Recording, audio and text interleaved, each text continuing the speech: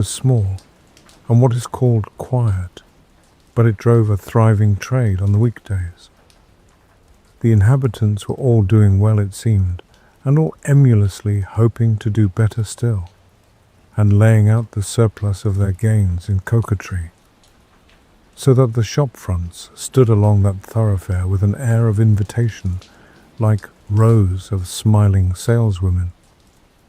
Even on Sunday, when it veiled its more florid charms and lay comparatively empty of passage, the street shone out in contrast to its dingy neighborhood like a fire in a forest, and with its freshly painted shutters, well-polished brasses, and general cleanliness and gaiety of note, instantly caught and pleased the eye of the passenger. 2 doors from one corner, on the left hand going east, the line was broken by the entry of a court, and just at that point a certain sinister block of building thrust forward its gable on the street. It was 2 stories high, showed no window, nothing but a door on the lower story, and a blind forehead of discoloured wall on the upper, and bore in every feature the marks of prolonged and sordid negligence. The door, which was equipped with neither bell nor knocker, was blistered and distained. Tramps slouched into the recess and struck matches on the panels. Children kept shop upon the steps. The schoolboy had tried his knife on the mouldings. And for close on a generation, no one had appeared to drive away these random visitors or to repair their ravages. Mr. Enfield and the lawyer were on the other side of the by-street, but when they came abreast of the entry, the former lifted up his cane and pointed. "Did you ever remark that door?"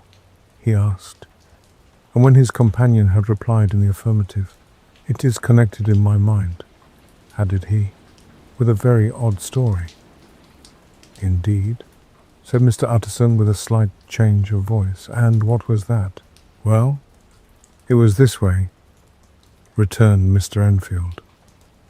"I was coming home from some place at the end of the world about 3 o'clock of a black winter morning, and my way lay through a part of town where there was literally nothing to be seen but lamps. Street after street, and all the folks asleep, street after street, all lighted up as if for a procession, and all as empty as a church, till at last I got into that state of mind when a man listens and begins to long for the sight of a policeman. All at once I saw 2 figures. One, a little man who was stumping along eastward at a good walk, and the other, a girl of maybe 8 or 10, who was running as hard as she was able down a cross street. Well, sir, the 2 ran into one another naturally enough at the corner. And then came the horrible part of the thing, for the man trampled calmly over the child's body and left her screaming on the ground. It sounds nothing to hear, but it was hellish to see. It wasn't like a man. It was like some damned juggernaut. I gave a few hello, took to my heels, collared my gentleman, and brought him back to where there was already quite a group about the screaming child. He was perfectly cool, and made no resistance, but gave me one look, so ugly that it brought out the sweat on me like running. The people who had turned out were the girl's own family, and pretty soon the doctor, for whom she had been sent, put in his appearance. Well, the child was not much the worse, more frightened according to the sawbones, and there you might have supposed would be an end to it.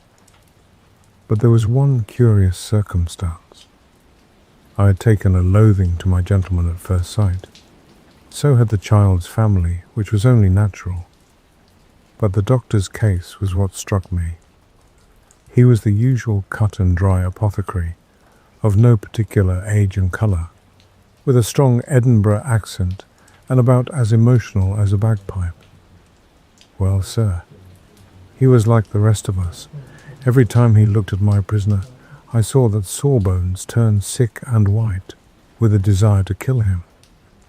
I knew what was in his mind, just as he knew what was in mine, and killing being out of the question, we did the next best. We told the man we could and would make such a scandal out of this as should make his name stink from one end of London to the other. If he had any friends or any credit, we undertook that he should lose them. And all the time, as we were pitching it in red hot, we were keeping the women off him as best we could, for they were as wild as harpies. I never saw a circle of such hateful faces, and there was the man in the middle, with a kind of black, sneering coolness, frightened too, I could see that, but carrying it off, sir, really like Satan. "If you choose to make capital out of this accident," said he, "I am naturally helpless.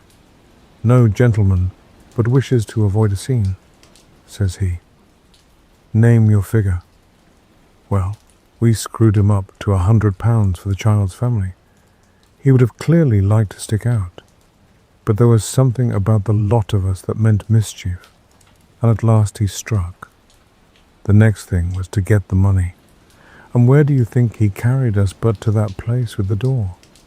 Whipped out a key, went in, and presently came back with the matter of £10 in gold, and a cheque for the balance on Coates's, drawn payable to bearer, and signed with a name that I can't mention, though it's one of the points of my story, but it was a name at least very well known, and often printed. The figure was stiff, but the signature was good for more than that, if it was only genuine. I took the liberty of pointing out to my gentleman that the whole business looked apocryphal, and that a man does not, in real life, walk into a cellar door at 4 a.m. and come out with another man's cheque for close upon £100. But he was quite easy and sneering. "Set your mind at rest," says he. "I will stay with you till the banks open and cash the cheque myself." So we all set off, the doctor and the child's father and our friend and myself, and passed the rest of the night in my chambers, and next day, when we had breakfasted, went in a body to the bank. I gave in the cheque myself, and said I had every reason to believe it was a forgery. Not a bit of it. The cheque was genuine. "Tut, tut," said Mr. Utterson. "I see you feel as I do," said Mr. Enfield. "Yes, it's a bad story, for my man was a fellow that nobody could have to do with, a really damnable man. And the person that drew the cheque is the very pink of the proprieties, celebrated too, and, what makes it worse, one of your fellows who do what they call good. Blackmail, I suppose. An honest man paying through the nose for some of the capers of his youth. Blackmail House is what I call the place with the door in consequence. Though even that, you know, is far from explaining all," he added, and with the words fell into a vein of musing.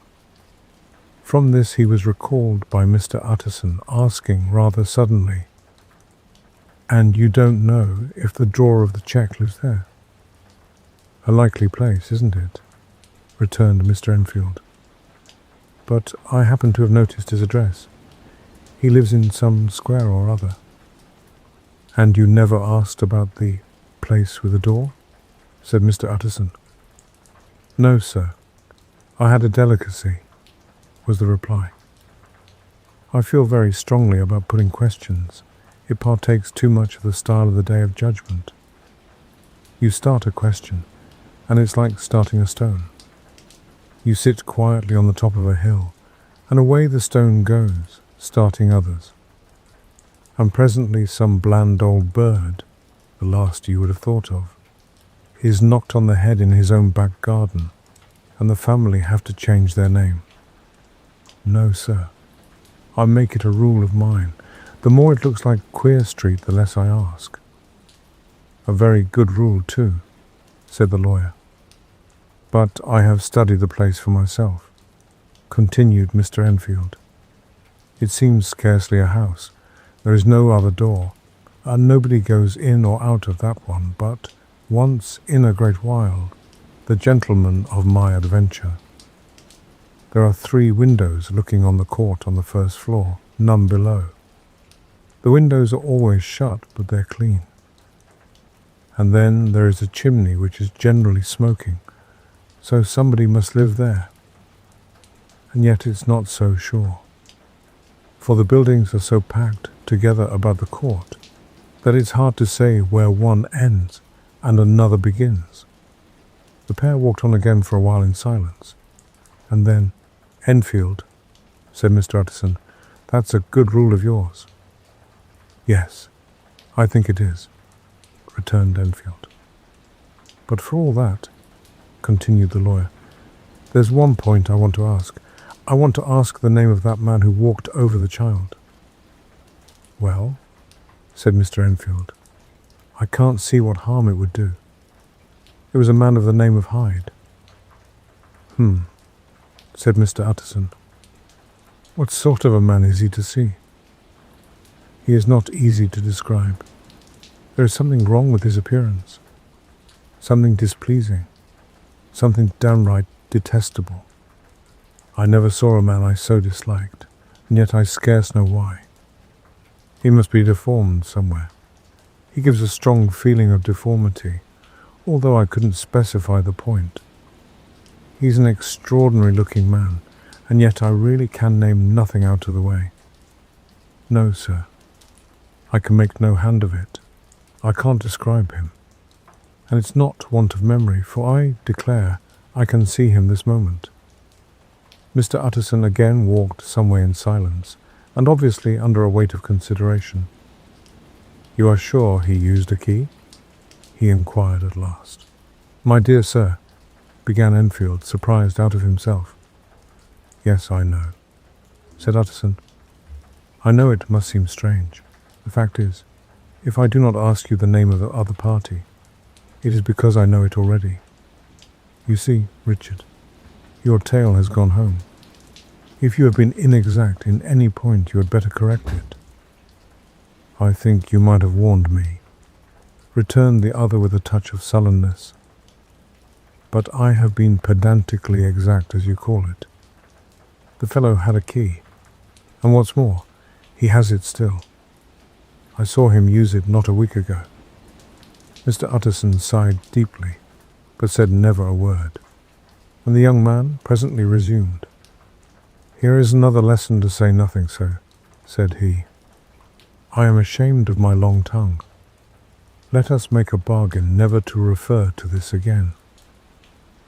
With all my heart, said the lawyer. I shake hands on that, Richard. Search for Mr. Hyde. Of 32 4,667 characters, 850 words. That evening, Mr. Utterson came home to his bachelor house in sombre spirits and sat down to dinner without relish.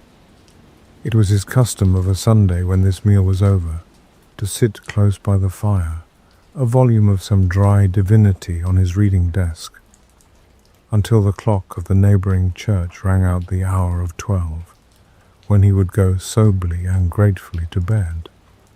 On this night, however, as soon as the cloth was taken away, he took up a candle and went into his business room. There he opened his safe, took from the most private part of it a document endorsed on the envelope as Dr. Jekyll's will, and sat down with a clouded brow to study its contents. The will was holograph, for Mr. Utterson, though he took charge of it now that it was made, had refused to lend the least assistance in the making of it. It provided not only that, in case of the decease of Henry Jekyll, M.D., D.C.L., L.L.D., F.R.S., etc., all his possessions were to pass into the hands of his friend and benefactor Edward Hyde, but that in case of Dr. Jekyll's disappearance or unexplained absence for any period exceeding 3 calendar months. The said Edward Hyde should step into the said Henry Jekyll's shoes without further delay, and free from any burden or obligation beyond the payment of a few small sums to the members of the doctor's household.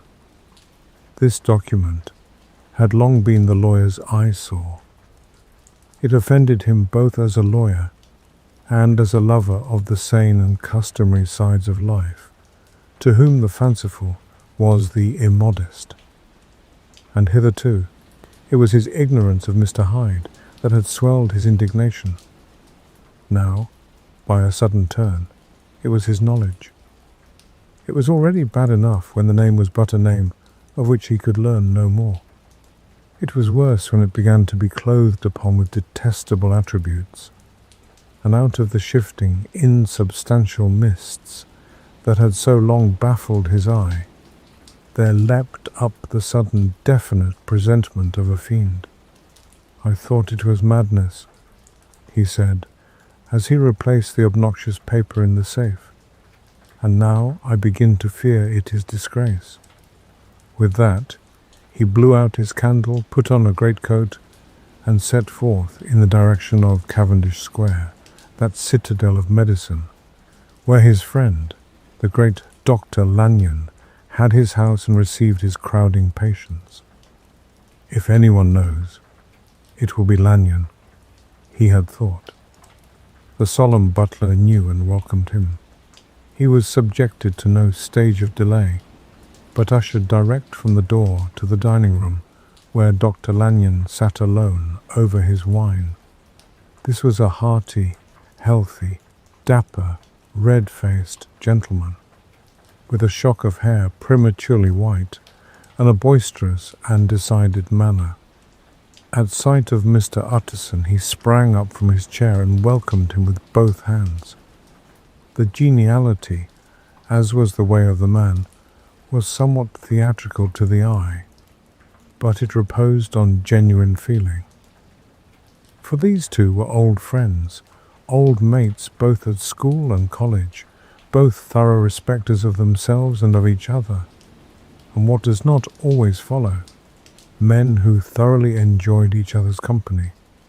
After a little rambling talk, the lawyer led up to the subject which so disagreeably preoccupied his mind. "I suppose, Lanyon," said he, "you and I must be the two oldest friends that Henry Jekyll has." "I wish the friends were younger," chuckled Dr. Lanyon. "But I suppose we are. And what of that? I see little of him now." "Indeed," said Utterson. "I thought you had a bond of common interest." "We had," was the reply. "But it is more than 10 years since Henry Jekyll became too fanciful for me.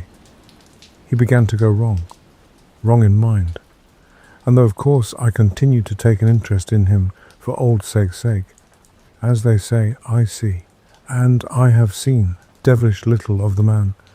Such unscientific balderdash," added the doctor, flushing suddenly purple, "would have estranged Damon and Pythias." This little spirit of temper was somewhat of a relief to Mr. Utterson. They have only differed on some point of science, he thought, and being a man of no scientific passions, except in the matter of conveyancing, he even added, "It is nothing worse than that." He gave his friend a few seconds to recover his composure, and then approached the question he had come to put. "Did you ever come across a protégé of his, one Hyde?" he asked. "Hyde?" repeated Lanyon. "No, never heard of him, since my time." That was the amount of information that the lawyer carried back with him to the great dark bed on which he tossed to and fro, until the small hours of the morning began to grow large. It was a night of little ease to his toiling mind, toiling in mere darkness and besieged by questions. 6 o'clock struck on the bells of the church that was so conveniently near to Mr. Utterson's dwelling, and still he was digging at the problem. Hitherto It had touched him on the intellectual side alone. But now his imagination also was engaged, or rather enslaved. And as he lay and tossed in the gross darkness of the night in the curtained room, Mr. Enfield's tale went by before his mind in a scroll of lighted pictures. He would be aware of the great field of lamps of a nocturnal city, then of the figure of a man walking swiftly, then of a child running from the doctor's. And then these met, and that human juggernaut trod the child down and passed on regardless of her screams. Or else he would see a room in a rich house where his friend lay asleep, dreaming and smiling at his dreams. And then the door of that room would be opened, the curtains of the bed plucked apart, the sleeper recalled, and lo! There would stand by his side a figure to whom power was given, and even at that dead hour he must rise and do its bidding. The figure in these two phases haunted the lawyer all night, and if at any time he dozed over, it was but to see it glide more stealthily through sleeping houses, or move the more swiftly, and still the more swiftly, even to dizziness, through wider labyrinths of lamplighted city, and at every street corner crush a child, and leave her screaming. And still, the figure had no face by which he might know it. Even in his dreams it had no face, or one that baffled him and melted before his eyes. And thus it was that there sprang up and grew apace in the lawyer's mind a singularly strong, almost an inordinate, curiosity to behold the features of the real Mr. Hyde. If he could but once set eyes on him, he thought the mystery would lighten and perhaps roll altogether away. As was the habit of mysterious things when well examined, he might see a reason for his friend's strange preference or bondage, call it which you please, and even for the startling clause of the will. At least, it would be a face worth seeing, the face of a man who was without bowels of mercy, a face which had but to show itself to raise up, in the mind of the unimpressionable Enfield, a spirit of enduring hatred. From that time forward, Mr. Utterson began to haunt the door in the by-street of shops. In the morning before office hours, at noon when business was plenty and time scarce, at night under the face of the fogged city moon, by all lights and at all hours of solitude or concourse, the lawyer was to be found on his chosen post. If he be Mr. Hyde, he had thought, I shall be Mr. Seek. And at last his patience was rewarded. It was a fine, dry night, frost in the air, the streets as clean as a ballroom floor, the lamps unshaken by any wind, drawing a regular pattern of light and shadow. By 10 o'clock, when the shops were closed, the by-street was very solitary, and in spite of the low growl of London from all round, very silent. Small sounds carried far. Domestic sounds out of the houses were clearly audible on either side of the roadway, and the rumour of the approach of any passenger preceded him by a long time. Mr. Utterson had been some minutes at his post, when he was aware of an odd light footstep drawing near.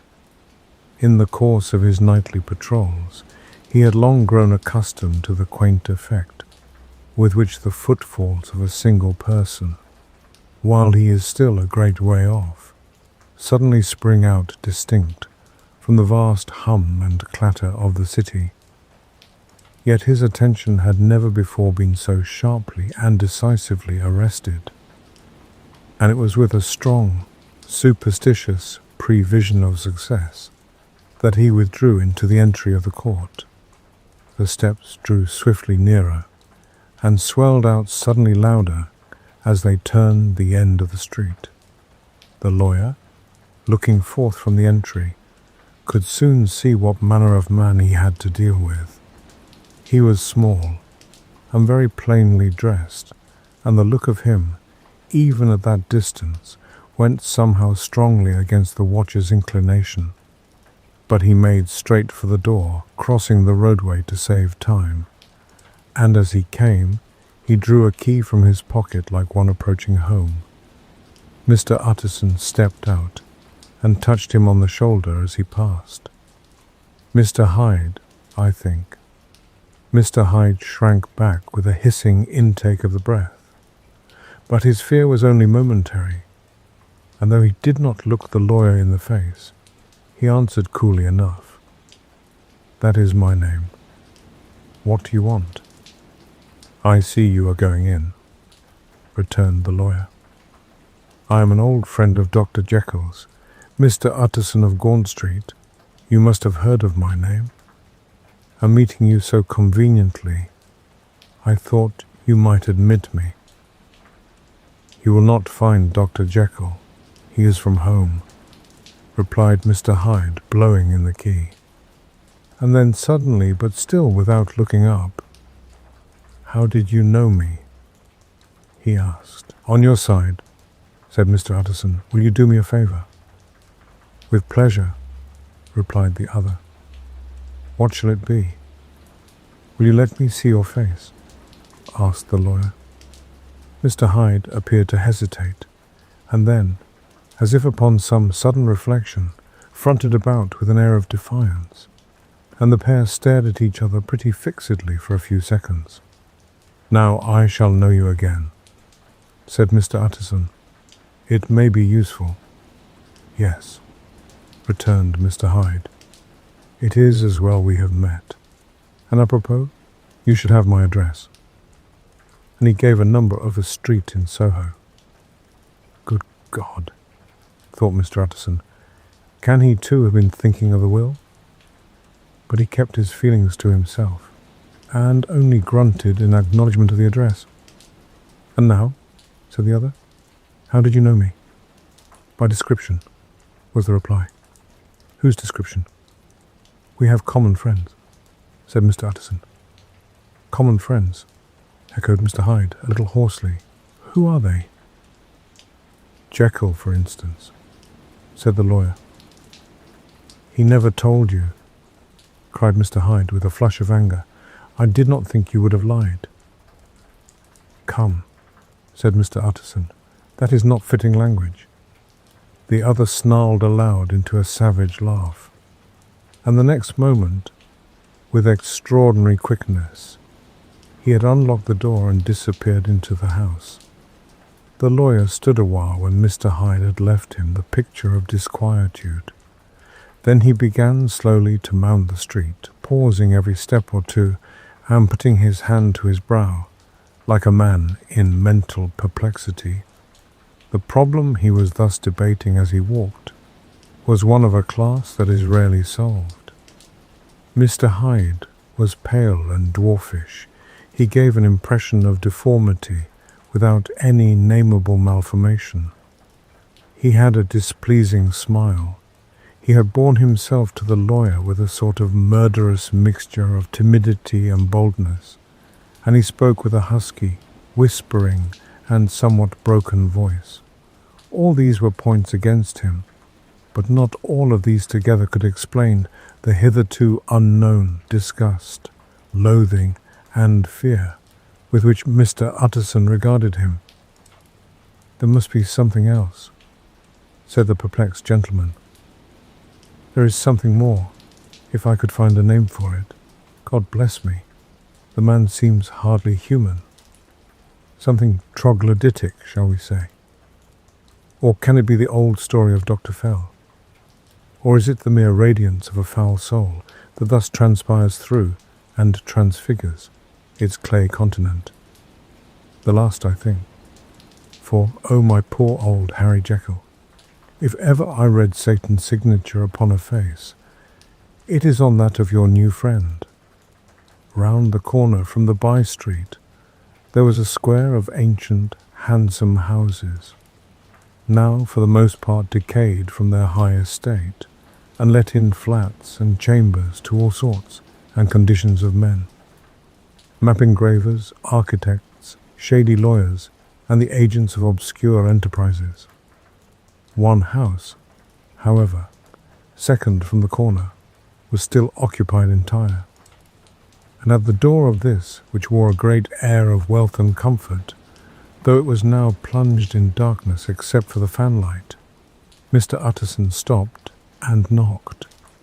A well-dressed, elderly servant opened the door. "Is Dr. Jekyll at home, Poole?" asked the lawyer.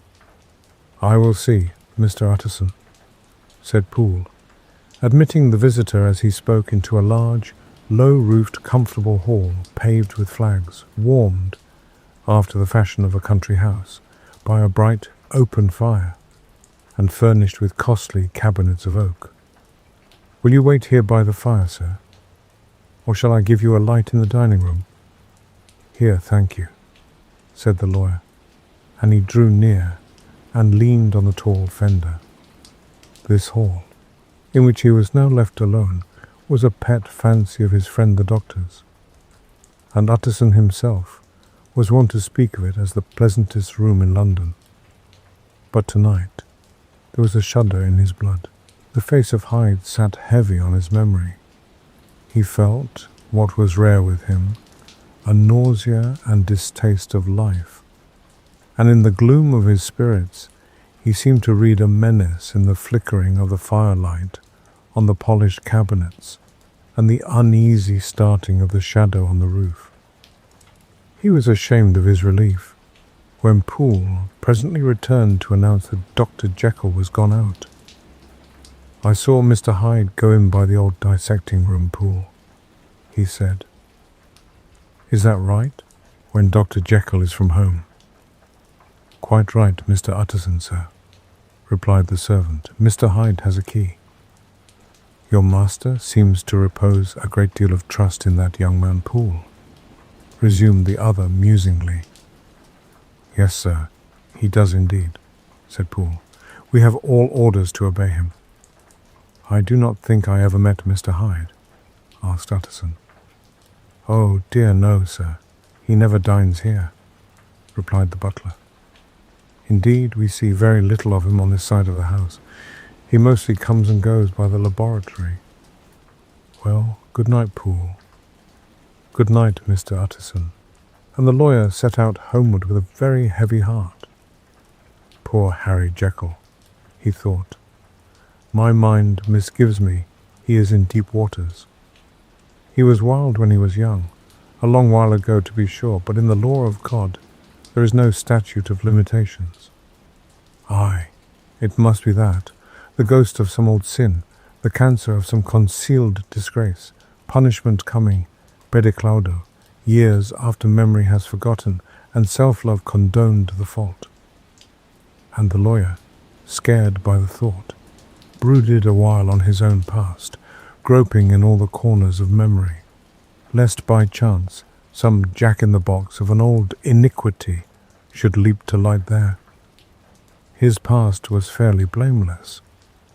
Few men could read the rolls of their life with less apprehension, yet he was humbled to the dust by the many ill things he had done, and raised up again into a sober and fearful gratitude by the many he had come so near to doing yet avoided, and then by a return on his former subject he conceived a spark of hope. This Master Hyde, if he were studied, thought he, must have secrets of his own, black secrets by the look of him, secrets compared to which poor Jekyll's worst would be like sunshine. Things cannot continue as they are. It turns me cold to think of this creature stealing like a thief to Harry's bedside. Poor Harry, what awakening! And the danger of it. For if this Hyde suspects the existence of the will, he may grow impatient to inherit. I must put my shoulders to the wheel, if Jekyll will but let me, he added, if Jekyll will only let me.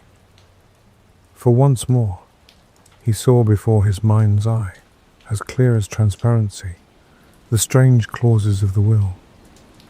Dr. Jekyll was quite at ease a fortnight later. By excellent good fortune, the doctor gave one of his pleasant dinners to some 5 or 6 old cronies, all intelligent, reputable men, and all judges of good wine. And Mr. Utterson so contrived that he remained behind after the others had departed. This was no new arrangement, but a thing that had befallen many scores of times. Where Utterson was liked, he was liked well. Hosts loved to detain the dry lawyer when the light-hearted and loose-tongued had already their foot on the threshold.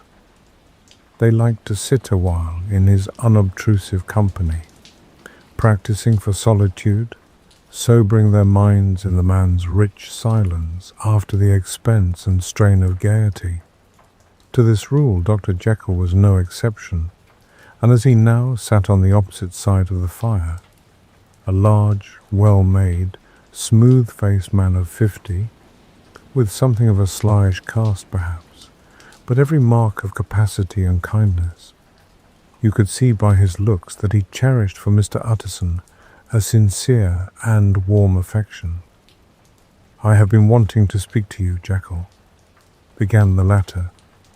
"You know that will of yours." A close observer might have gathered that the topic was distasteful, but the doctor carried it off gaily. "My poor Utterson," said he, "you are unfortunate in such a client. I never saw a man so distressed as you were by my will, unless it were that Hyde-bound pedant Lanyon at what he called my scientific heresies. Oh, I know he is a good fellow, you needn't frown, an excellent fellow, and I always mean to see more of him. But a hide-bound pedant for all that, an ignorant, blatant pedant. I was never more disappointed in any man than Lanyon. You know I never approved of it," pursued Utterson, ruthlessly disregarding the fresh topic. "My will? Yes, certainly, I know that," said the doctor a trifle sharply. "You have told me so." "Well, I tell you so again," continued the lawyer. "I have been learning something of young Hyde." The large, handsome face of Dr. Jekyll grew pale to the very lips, and there came a blackness about his eyes. "I do not care to hear more," said he. "This is a matter I thought we had agreed to drop." "What I heard was abominable," said Utterson. "It can make no change. You do not understand my position," returned the doctor with a certain incoherency of manner. "I am painfully situated, Utterson. My position is a very strange one. It is one of those affairs that cannot be mended by talking." "Jekyll," said Utterson, "you know me. I am a man to be trusted. Make a clean breast of this in confidence, and I make no doubt I can get you out of it." "My good Utterson," said the doctor, "this is very good of you. This is downright good of you, and I cannot find words to thank you in. I believe you fully. I would trust you before any man alive, before myself, if I could make the choice. But indeed, it isn't what you fancy. It is not as bad as that. And just to put your good heart at rest, I will tell you one thing. The moment I choose, I can be rid of Mr. Hyde. I give you my hand upon that, and I thank you again and again. And I will just add one little word, Utterson, that I'm sure you'll take in good part. This is a private matter, and I beg of you to let it sleep." Utterson reflected a little, looking in the fire. "I have no doubt you are perfectly right," he said at last, getting to his feet. "Well, but since we have touched upon this business, and for the last time I hope," continued the doctor, "there is one point I should like you to understand. I have really a very great interest in poor Hyde. I know you have seen him. He told me so, and I fear he was rude, but I do sincerely take a very great interest in that young man. And if I am taken away, Utterson, I wish you to promise me that you will bear with him and get his rights for him. I think you would, if you knew all. and it would be a weight off my mind if you would promise." "I can't pretend that I shall ever like him," said the lawyer. "I don't ask that," pleaded Jekyll, laying his hand upon the other's arm. "I only ask for justice. I only ask you to help him for my sake when I am no longer here." Utterson heaved an irrepressible sigh. "Well," said he, "I promise." The Carew murder case.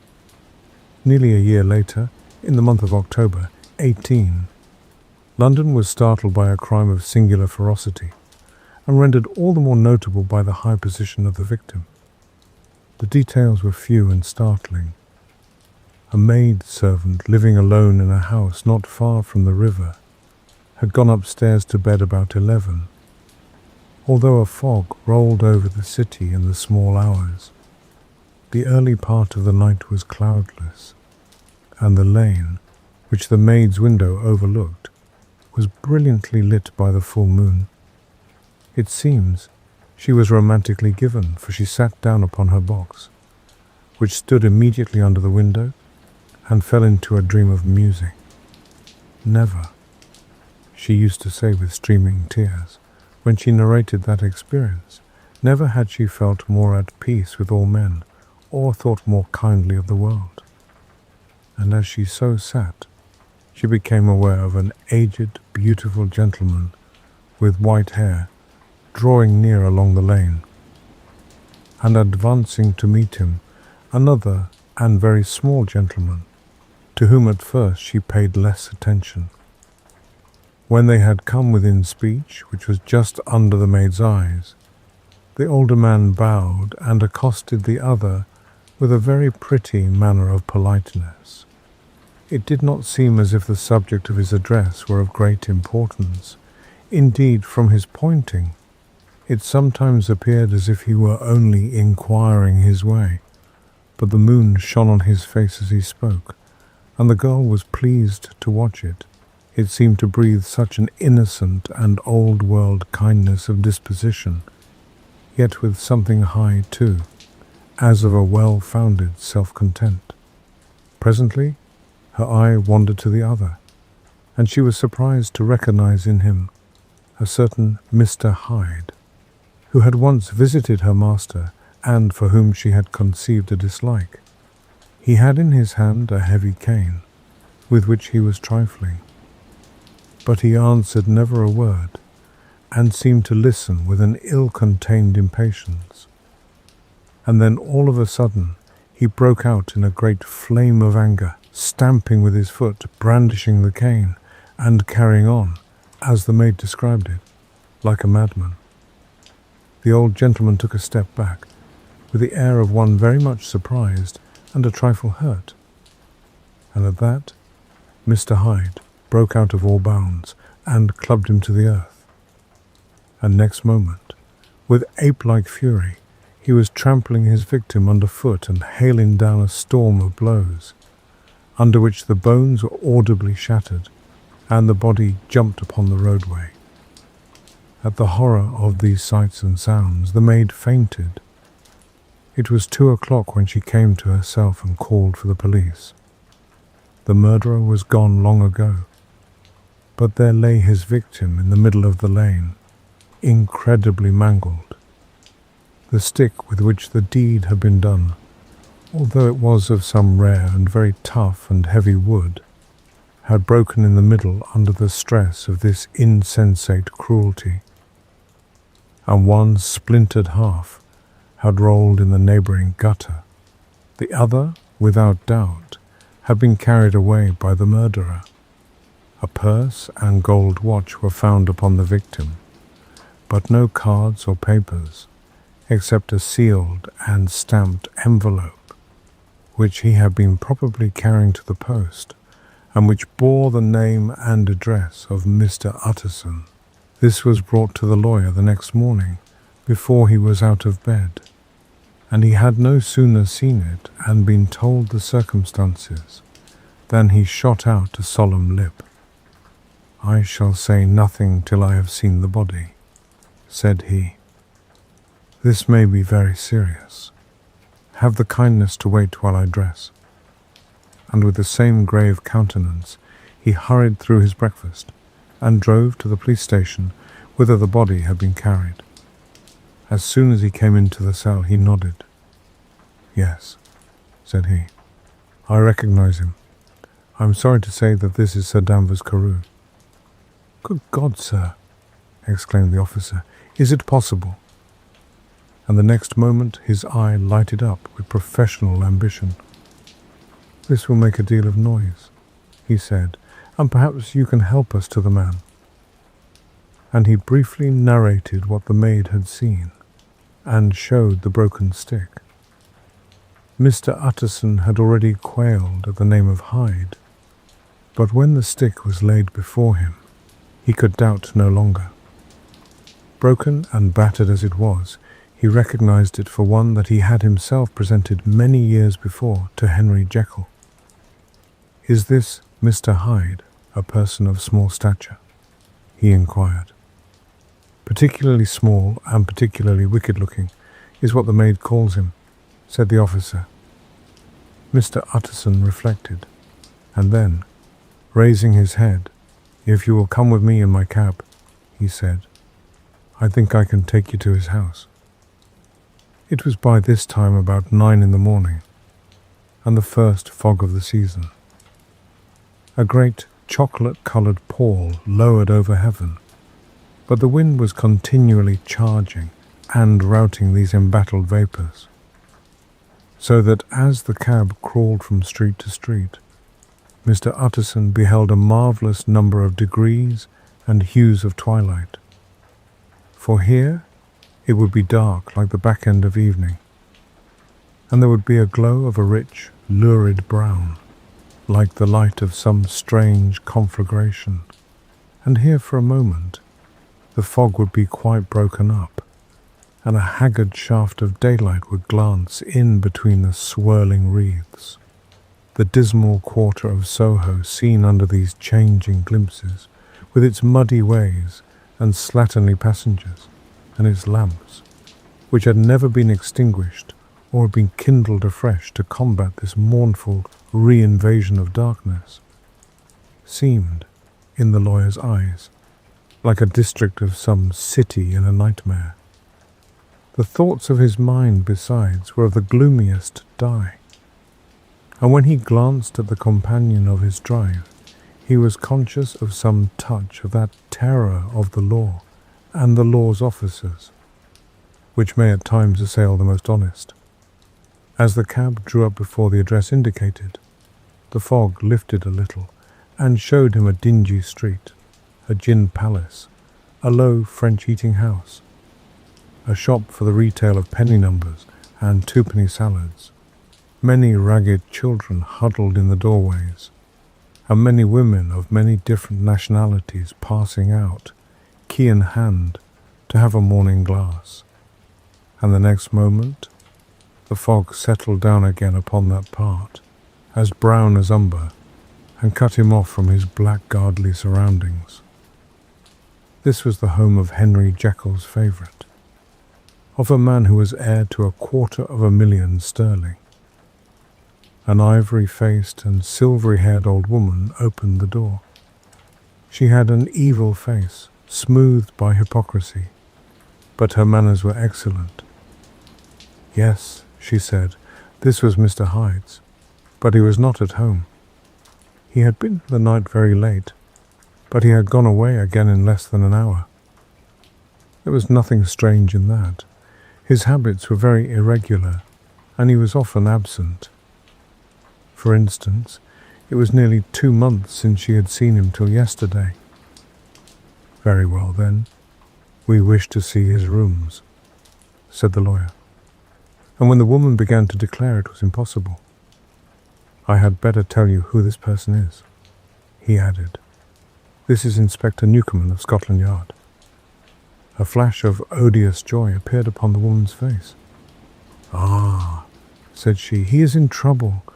What has he done? Mr. Utterson and the inspector exchanged glances. He don't seem a very popular character, observed the latter. And now, my good woman, just let me and this gentleman have a look about us. In the whole extent of the house, which but for the old woman remained otherwise empty, Mr. Hyde had only used a couple of rooms, but these were furnished with luxury and good taste. A closet was filled with wine. The plate was of silver, the napery elegant. A good picture hung upon the walls, a gift, as Utterson supposed, from Henry Jekyll, who was much of a connoisseur, and the carpets were of many plies and agreeable in colour.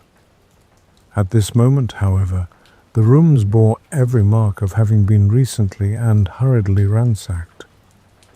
Clothes lay about the floor with their pockets inside out, lock-fast drawers stood open, and on the hearth there lay a pile of grey ashes, as though many papers had been burned. From these embers the inspector disinterred the butt end of a green cheque-book, which had resisted the action of the fire. The other half of the stick was found behind the door, and as this clinched his suspicions, the officer declared himself delighted. A visit to the bank, where several £1,000s were found to be lying to the murderer's credit, completed his gratification. "You may depend upon it, sir," he told Mr. Utterson. "I have him in my hand. He must have lost his head, or he never would have left the stick, or, above all, burned the cheque-book. Why, money's life to the man. We have nothing to do but wait for him at the bank and get out to the handbills." This last, however, was not so easy of accomplishment, for Mr. Hyde had numbered few familiars. Even the master of the servant maid had only seen him twice. His family could nowhere be traced. He had never been photographed, and the few who could describe him differed widely, as common observers will. Only on one point were they agreed, and that was the haunting sense of unexpressed deformity with which the fugitive impressed his beholders. Incident of the letter. It was late in the afternoon when Mr. Utterson found his way to Dr. Jekyll's door, where he was at once admitted by Poole and carried down by the kitchen offices and across a yard which had once been a garden to the building which was indifferently known as the laboratory or dissecting rooms. The doctor had bought the house from the heirs of a celebrated surgeon, and his own tastes, being rather chemical than anatomical, had changed the destination of the block at the bottom of the garden. It was the first time that the lawyer had been received in that part of his friend's quarters, and he eyed the dingy, windowless structure with curiosity, and gazed round with a distasteful sense of strangeness as he crossed the theatre, once crowded with eager students, and now lying gaunt and silent, the tables laden with chemical apparatus, the floor strewn with crates and littered with packing straw, and the light falling dimly through the foggy cupola.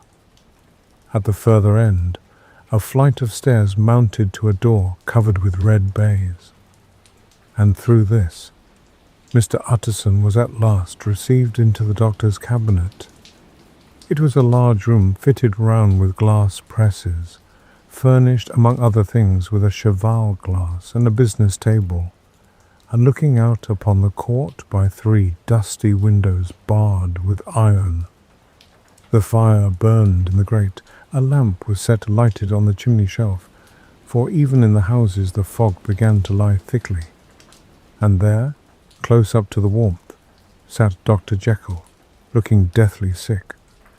He did not rise to meet his visitor, but held out a cold hand and bade him welcome in a changed voice.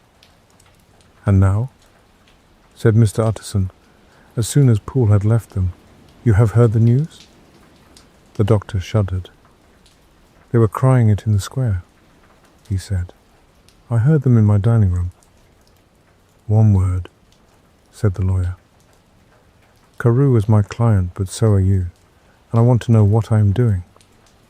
You have not been mad enough to hide this fellow." "Utterson, I swear to God," cried the doctor. "I swear to God I will never set eyes on him again.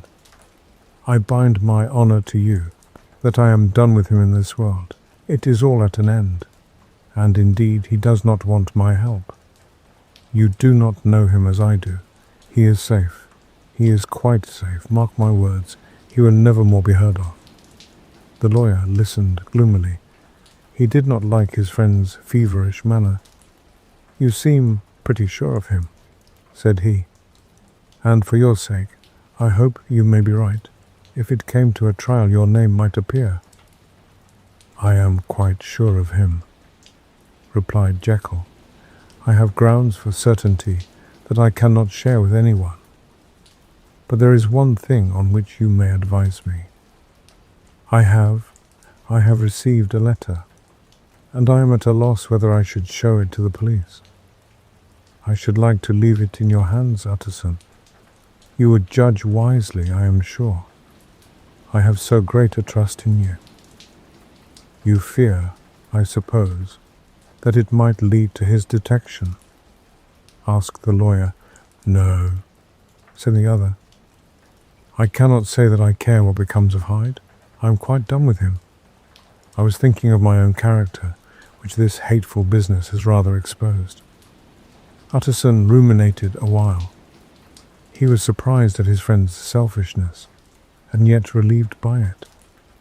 "Well," said he at last, "let me see the letter."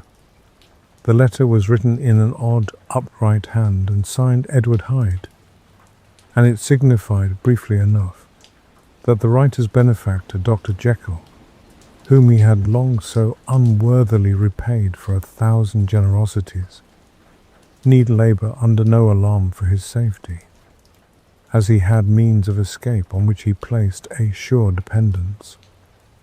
The lawyer liked this letter well enough. It put a better colour on the intimacy than he had looked for, and he blamed himself for some of his past suspicions. "Have you the envelope?" he asked. "I burned it," replied Jekyll, "before I thought what I was about. But it bore no postmark. The note was handed in." "Shall I keep this and sleep upon it?" asked Utterson.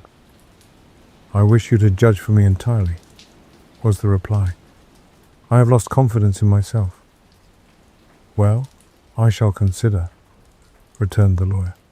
"And now one word more. It was Hyde who dictated the terms in your will about that disappearance." The doctor seemed seized with a qualm of faintness. He shut his mouth tight and nodded. "I knew it," said Utterson. "He meant to murder you. You had a fine escape." "I have had what is far more to the purpose," returned the doctor solemnly. "I have had a lesson. Oh God, Utterson, what a lesson I have had." And he covered his face for a moment with his hands. On his way out, the lawyer stopped and had a word or two with Poole. "By the by," said he, "there was a letter handed in today. What was the messenger like?" But Poole was positive nothing had come except by post. "And only circulars by that," he added. This news sent off the visitor with his fears renewed. Plainly, the letter had come by the laboratory door. Possibly, indeed, it had been written in the cabinet. And if that was so, it must be differently judged and handled with more caution. The newsboys, as he went, were crying themselves hoarse along the footways. Special edition, shocking murder of an MP. That was the funeral oration of one friend and client, and he could not help a certain apprehension lest the good name of another should be sucked down in the eddy of the scandal. It was, at least, a ticklish decision that he had to make, and self-reliant as he was by habit, he began to cherish a longing for advice. It was not to be had directly, but perhaps, he thought, it might be fished for. Presently after, he sat on one side of his own hearth, with Mr. Guest, his head clerk, upon the other, and midway between, at a nicely calculated distance from the fire, a bottle of a particular old wine that had long dwelt unsunned in the foundations of his house. The fog still slept on the wing above the drowned city, where the lamps glimmered like carbuncles, and through the muffle and smother of these fallen clouds, the procession of the town's life was still rolling in through the great arteries with a sound as of a mighty wind. But the room was gay with firelight. In the bottle the acids were long ago resolved. The imperial dye had softened with time, as the colour grows richer in stained windows, and the glow of hot autumn afternoons on hillside vineyards was ready to be set free and to disperse the fogs of London. Insensibly, the lawyer melted. There was no man from whom he kept fewer secrets than Mr. Guest, and he was not always sure that he kept as many as he meant. Guest had often been on business to the doctors. He knew Poole. He could scarce have failed to hear of Mr. Hyde's familiarity about the house. He might draw conclusions. Was it not as well, then, that he should see a letter which put that mystery to right? And above all, since Guest, being a great student and critic of handwriting, would consider the step natural and obliging. The clerk, besides, was a man of counsel. He could scarce read so strange a document without dropping a remark, and by that remark Mr. Utterson might shape his future course. "This is a sad business about Sir Danvers," he said. "Yes, sir, indeed. It has elicited a great deal of public feeling," returned Guest. "The man, of course, was mad." "I should like to hear your views on that," replied Utterson. "I have a document here in his handwriting. It is between ourselves, for I scarce know what to do about it. It is an ugly business at the best, but there it is, quite in your way. A murderer's autograph." Guest's eyes brightened, and he sat down at once and studied it with passion. "No, sir," he said, "not mad, but it is not hand. And by all accounts a very odd writer," added the lawyer. Just then the servant entered with a note. "Is that from Dr. Jekyll, sir?" inquired the clerk. "I thought I knew the writing. Anything private, Mr. Utterson?" "Only an invitation to dinner. Why? Do you want to see it?" "One moment, I thank you, sir." And the clerk laid the 2 sheets of paper alongside and sedulously compared their contents. "Thank you, sir," he said at last, returning both. "It's a very interesting autograph."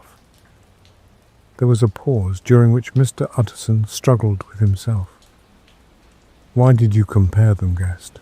he inquired suddenly. "Well, sir," returned the clerk, "there's a rather singular resemblance. The 2 hands are in many points identical, only differently sloped." "Rather quaint," said Utterson. "It is, as you say, rather quaint," returned Guest. "I wouldn't speak of this note, you know," said the master.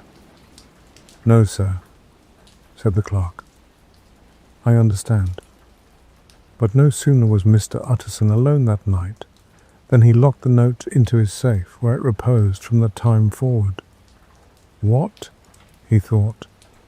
"Henry Jekyll forged for a murderer," and his blood ran cold in his veins. Incident of Dr. Lanyon. Time ran on. Thousands of pounds were offered in reward, for the death of Sir Danvers was resented as a public injury. But Mr. Hyde had disappeared out of the ken of the police as though he had never existed. Much of his past was unearthed indeed, and all disreputable. Tales came out of the man's cruelty, at once so callous and violent, of his vile life, of his strange associates, of the hatred that seemed to have surrounded his career, but of his present whereabouts, not a whisper.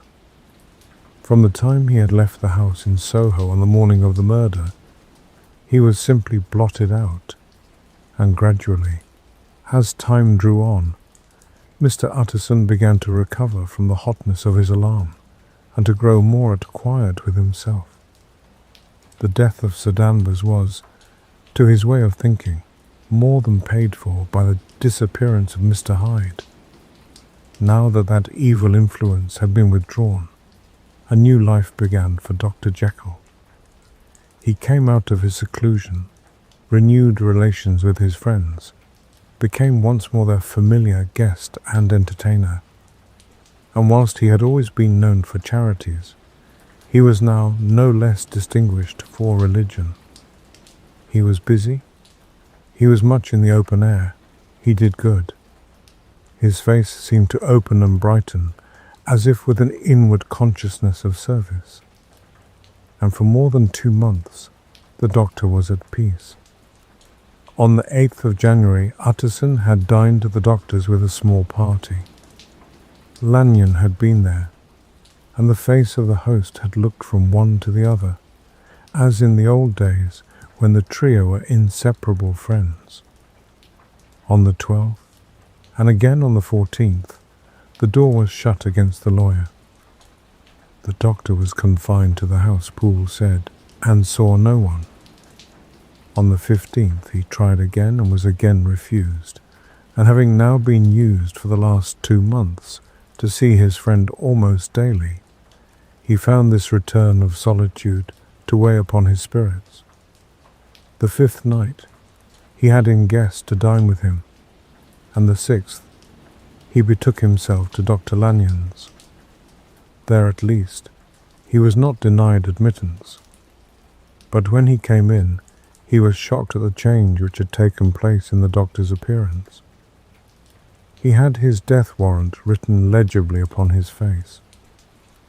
The rosy man had grown pale, his flesh had fallen away. He was visibly balder and older, and yet it was not so much these tokens of a swift physical decay that arrested the lawyer's notice, as a look in the eye and quality of manner that seemed to testify to some deep-seated terror of the mind. It was unlikely that the doctor should fear death, and yet that was what Utterson was tempted to suspect. Yes, he thought, he is a doctor. He must know his own state and that his days are counted, and the knowledge is more than he can bear. And yet, when Utterson remarked on his ill looks, it was with an air of great firmness that Lanyon declared himself a doomed man. "I have had a shock," he said, "and I shall never recover. It is a question of weeks. Well, life has been pleasant. I liked it. Yes, sir, I used to like it. I sometimes think if we knew all, we should be more glad to get away." "Jekyll is ill too," observed Utterson. "Have you seen him?" But Lanyon's face changed, and he held up a trembling hand. "I wish to see or hear no more of Dr. Jekyll," he said in a loud, unsteady voice. "I am quite done with that person, and I beg that you will spare me any allusion to one whom I regard as dead." "Tut, tut," said Mr. Utterson, and then after a considerable pause, "Can't I do anything?" he inquired. "We are 3 very old friends of Lanyon. We shall not live to make others." "Nothing can be done," returned Lanyon. "Ask himself." "He will not see me," said the lawyer. "I am not surprised at that," was the reply. "Some day, Utterson, after I am dead, you may perhaps come to learn the right and wrong of this. I cannot tell you. And in the meantime, if you can sit and talk with me of other things, for God's sake, stay and do so. But if you cannot keep clear of this accursed topic, then in God's name, go, for I cannot bear it." As soon as he got home, Utterson sat down and wrote to Jekyll, complaining of his exclusion from the house and asking the cause of this unhappy break with Lanyon. And the next day, brought him a long answer, often very pathetically worded, and sometimes darkly mysterious in drift. The quarrel with Lanyon was incurable. "I do not blame our old friend," Jekyll wrote, "but I share his view that we must never meet. I mean, from henceforth, to lead a life of extreme seclusion. You must not be surprised, nor must you doubt my friendship, if my door is often shut even to you. You must suffer me to go my own dark way. I have brought on myself a punishment, and a danger that I cannot name. If I am the chief of sinners, I am the chief of sufferers also. I could not think that this earth contained a place for sufferings and terrors so unmanning, and you can do but one thing, Utterson, to lighten this destiny, and that is to respect my silence." Utterson was amazed. The dark influence of Hyde had been withdrawn. The doctor had returned to his old tasks and amities. A week ago, the prospect had smiled with every promise of a cheerful and an honoured age, and now, in a moment, friendship and peace of mind and the whole tenor of his life were wrecked. So great and unprepared a change pointed to madness. But in view of Lanyon's manner and words, there must lie for it some deeper ground. A week afterwards, Dr. Lanyon took to his bed, and in something less than a fortnight, he was dead. The night after the funeral, at which he had been sadly affected, Utterson locked the door of his business room, and sitting there by the light of a melancholy candle, drew out and set before him an envelope, addressed by the hand, and sealed with the seal of his dead friend. Private, for the hands of G.J. Utterson alone, and in case of his predecease to be destroyed unread. So it was emphatically superscribed, and the lawyer dreaded to behold the contents. "I have buried one friend today," he thought. "What if this should cost me another?" And then he condemned the fear as a disloyalty, and broke the seal. Within there was another enclosure, likewise sealed, and marked upon the cover as "not to be opened till the death or disappearance of Dr. Henry Jekyll." Utterson could not trust his eyes. Yes, it was disappearance. Here again, as in the mad will which he had long ago restored to its author, here again were the idea of a disappearance and the name of Henry Jekyll bracketed. But in the will, that idea had sprung from the sinister suggestion of the man Hyde. It was set there with a purpose all too plain and horrible. Written by the hand of Lanyon, what should it mean? A great curiosity came on the trustee to disregard the prohibition and dive at once to the bottom of these mysteries. But professional honour and faith to his dead friend were stringent obligations, and the packet slept in the inmost corner of his private safe. It is one thing to mortify curiosity, another to conquer it, and it may be doubted if, from that day forth, Utterson desired the society of his surviving friend with the same eagerness. He thought of him kindly, but his thoughts were disquieted and fearful. He went to call indeed, but he was perhaps relieved to be denied admittance. Perhaps in his heart he preferred to speak with Poole upon the doorstep and surrounded by the air and sounds of the open city, rather than to be admitted into that house of voluntary bondage and to sit and speak with its inscrutable recluse. Poole had indeed no very pleasant news to communicate. The doctor, it appeared, now more than ever confined himself to the cabinet over the laboratory, where he would sometimes even sleep. He was out of spirits. He had grown very silent. He did not read. It seemed as if he had something on his mind. Utterson became so used to the unvarying character of these reports that he fell off little by little in the frequency of his visits. Incident at the window. It chanced on Sunday, when Mr. Utterson was on his usual walk with Mr. Enfield, that their way lay once again through the by-street, and that when they came in front of the door, both stopped to gaze on it. "Well," said Enfield, "that story's at an end at least. We shall never see more of Mr. Hyde." "I hope not," said Utterson. "Did I ever tell you that I once saw him and shared your feeling of repulsion?" "It was impossible to do the one without the other," returned Enfield.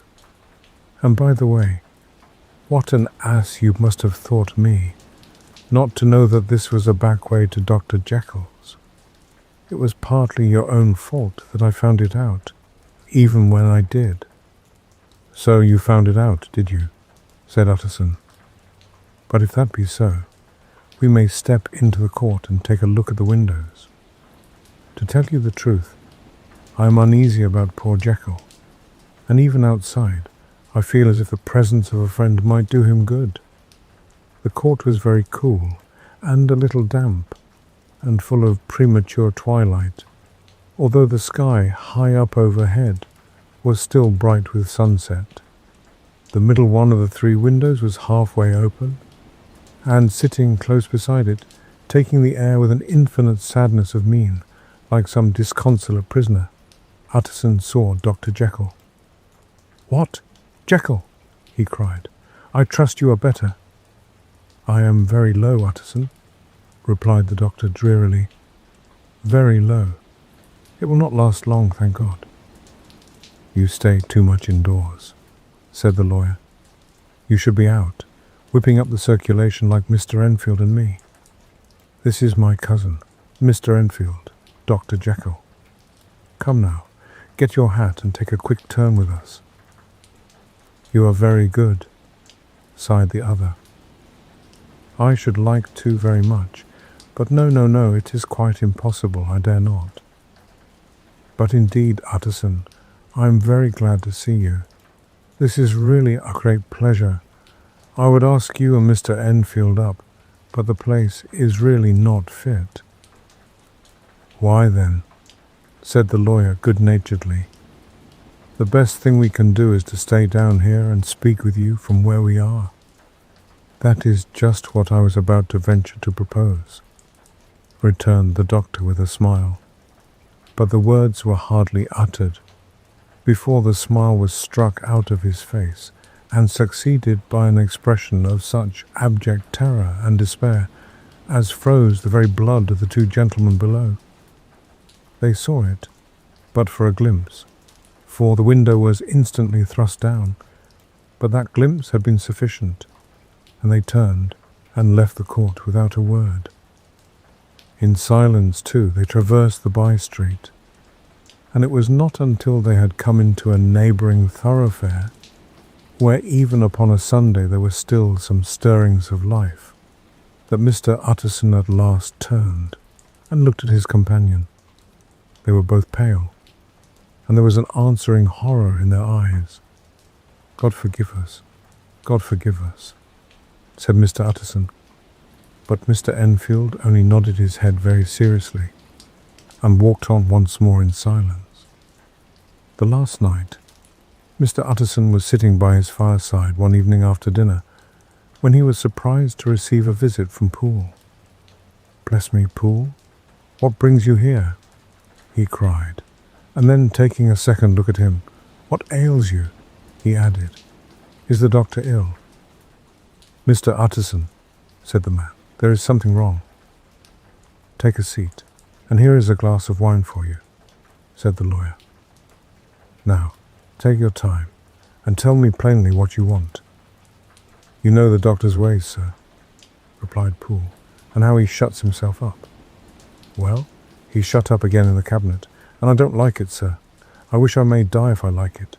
Mr. Utterson, sir, I'm afraid."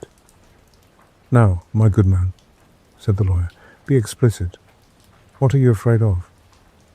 "I have been afraid for about a week," returned Poole, doggedly disregarding the question, "and I can bear it no more." The man's appearance amply bore out his words. His manner was altered for the worse, and except for the moment when he had first announced his terror, he had not once looked the lawyer in the face. Even now, he sat with the glass of wine untasted on his knee and his eyes directed to a corner of the floor. "I can bear it no more," he repeated. "Come," said the lawyer. "I see you have some good reason, Poole. I see there is something seriously amiss. Try to tell me what it is." "I think there's been foul play," said Poole hoarsely. "Foul play?" cried the lawyer, a good deal frightened and rather inclined to be irritated in consequence. "What foul play? What does the man mean?" "I daren't say, sir," was the answer. "But will you come along with me and see for yourself?" Mr. Utterson's only answer was to rise and get his hat and greatcoat. But he observed with wonder the greatness of the relief that appeared upon the butler's face, and perhaps with no less, that the wine was still untasted when he set it down to follow. "It was impossible to do the one without the other," returned Enfield. "And, by the way, what an ass you must have thought me, not to know that this was a back way to Dr. Jekyll's. It was partly your own fault that I found it out, even when I did." "So you found it out, did you?" said Utterson. "But if that be so, we may step into the court and take a look out the windows. To tell you the truth, I am uneasy about poor Jekyll, and even outside I feel as if the presence of a friend might do him good." The court was very cool and a little damp, and full of premature twilight, although the sky, high up overhead, was still bright with sunset. The middle one of the three windows was halfway open, and sitting close beside it, taking the air with an infinite sadness of mien, like some disconsolate prisoner, Utterson saw Dr. Jekyll. "What, Jekyll?" he cried. "I trust you are better." "I am very low, Utterson," replied the doctor drearily. "Very low. It will not last long, thank God." "You stay too much indoors," said the lawyer. "You should be out, whipping up the circulation like Mr. Enfield and me. This is my cousin, Mr. Enfield, Dr. Jekyll. Come now, get your hat and take a quick turn with us." "You are very good," sighed the other. "I should like to very much, but no, it is quite impossible, I dare not." "But indeed, Utterson, I am very glad to see you. This is really a great pleasure. I would ask you and Mr. Enfield up, but the place is really not fit." "Why then," said the lawyer good-naturedly, "the best thing we can do is to stay down here and speak with you from where we are." "That is just what I was about to venture to propose," returned the doctor with a smile. But the words were hardly uttered before the smile was struck out of his face and succeeded by an expression of such abject terror and despair as froze the very blood of the two gentlemen below. They saw it, but for a glimpse, for the window was instantly thrust down. But that glimpse had been sufficient, and they turned and left the court without a word. In silence, too, they traversed the by-street, and it was not until they had come into a neighbouring thoroughfare, where even upon a Sunday there were still some stirrings of life, that Mr. Utterson at last turned and looked at his companion. They were both pale, and there was an answering horror in their eyes. "God forgive us, God forgive us," said Mr. Utterson. But Mr. Enfield only nodded his head very seriously, and walked on once more in silence. The last night, Mr. Utterson was sitting by his fireside one evening after dinner, when he was surprised to receive a visit from Poole. "Bless me, Poole, what brings you here?" he cried, and then taking a second look at him. "What ails you?" he added. "Is the doctor ill?" "Mr. Utterson, said the man. "There is something wrong." "Take a seat, and here is a glass of wine for you," said the lawyer. "Now, take your time, and tell me plainly what you want." "You know the doctor's ways, sir," replied Poole, "and how he shuts himself up." "Well, he's shut up again in the cabinet, and I don't like it, sir. I wish I may die if I'd like it.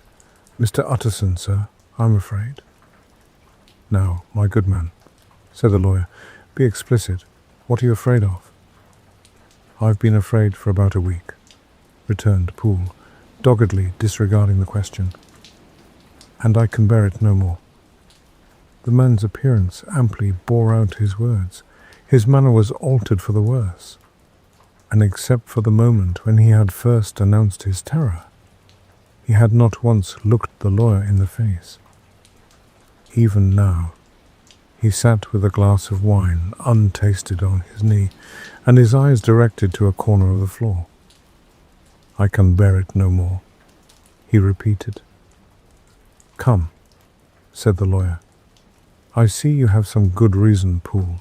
I see there is something seriously amiss. Try to tell me what it is." "I think there's been foul play," said Poole hoarsely. "Foul play?" cried the lawyer, a good deal frightened and rather inclined to be irritated in consequence. "What foul play? What does the man mean?" "I daren't say, sir," was the answer. "But will you come along with me and see for yourself?" Mr. Utterson's only answer was to rise and get his hat and greatcoat, but he observed with wonder the greatness of the relief that appeared upon the butler's face, and perhaps with no less, that the wine was still untasted when he set it down to follow. "Well, Mr. Utterson, you are a hard man to satisfy, but I'll do it yet," said Poole. "All this last week, you must know, him, or it, whatever it is that lives in that cabinet, has been crying night and day for some sort of medicine and cannot get it to his mind. It was sometimes his way, the master's that is, to write his orders on a sheet of paper and throw it on the stair.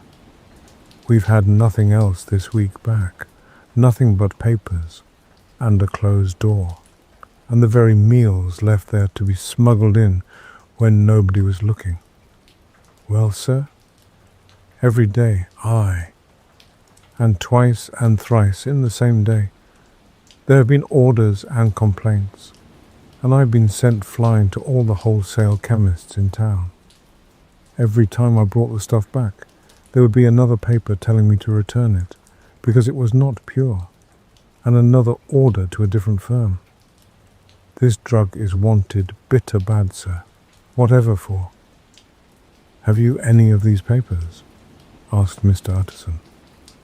Poole felt in his pocket and handed out a crumpled note, which the lawyer, bending nearer to the candle, carefully examined. Its contents ran thus: "Dr. Jekyll presents his compliments to Messrs. Moore. He assures them that their last sample is impure and quite useless for his present purpose. In the year 18, Dr. J purchased a somewhat large quantity from Messrs. M.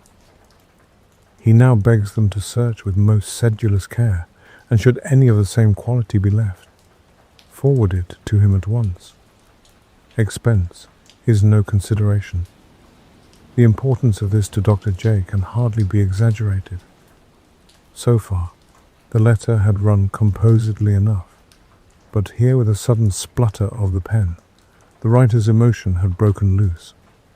"For God's sake," he added, "find me some of the old." "This is a strange note," said Mr. Utterson, and then sharply, "How do you come to have it open?" "The man at Moore's was main angry, sir, and he threw it back to me like so much dirt," returned Poole. "This is unquestionably the doctor's hand, do you know?" resumed the lawyer. "I thought it looked like it," said the servant rather sulkily, and then with another voice, "But what matters hand of right?" he said. "I've seen him." "Seen him?" repeated Mr. Utterson. Well, that's it, said Poole. It was this way. I came suddenly into the theatre from the garden. It seems he had slipped out to look for this drug or whatever it is, for the cabinet door was open, and there he was at the far end of the room, digging among the crates.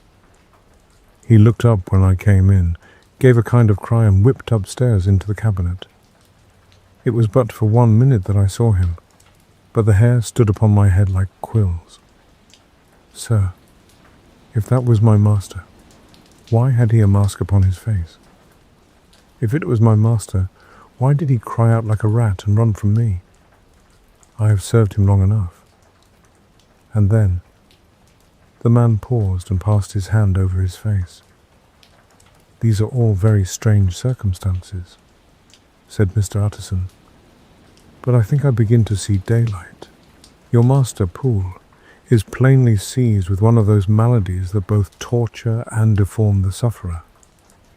Hence, for aught I know, the alteration of his voice. Hence the mask and the avoidance of his friends. Hence his eagerness to find this drug, by means of which the poor soul retains some hope of ultimate recovery. God grant that he be not deceived. There is my explanation. It is sad enough, Poole, aye, and appalling to consider, but it is plain and natural, hangs well together, and delivers us from all exorbitant alarms. Sir, said the butler, turning to a sort of mottled pallor, that thing was not my master, and there's the truth. My master, here, he looked round him and began to whisper, is a tall, a fine build of a man, and this was more of a dwarf. Utterson attempted to protest. Oh, sir, cried Poole, do you think I do not know my master after 20 years? Do you think I do not know where his head comes to in the cabinet door, where I saw him every morning of my life? No, sir, that thing in the mask was never Dr. Jekyll. God knows what it was, but it was never Dr. Jekyll. And it is the belief of my heart that there was murder done. Poole, replied the lawyer, if you say that, it will become my duty to make certain, much as I desire to spare your master's feelings, much as I am puzzled by this note, which seems to prove him to be still alive, I shall consider it my duty to break in that door. Ah, Mr. Utterson, that's talking, cried the butler. And now comes the second question, resumed Utterson. Who is going to do it? Why, you and me, sir, was the undaunted reply.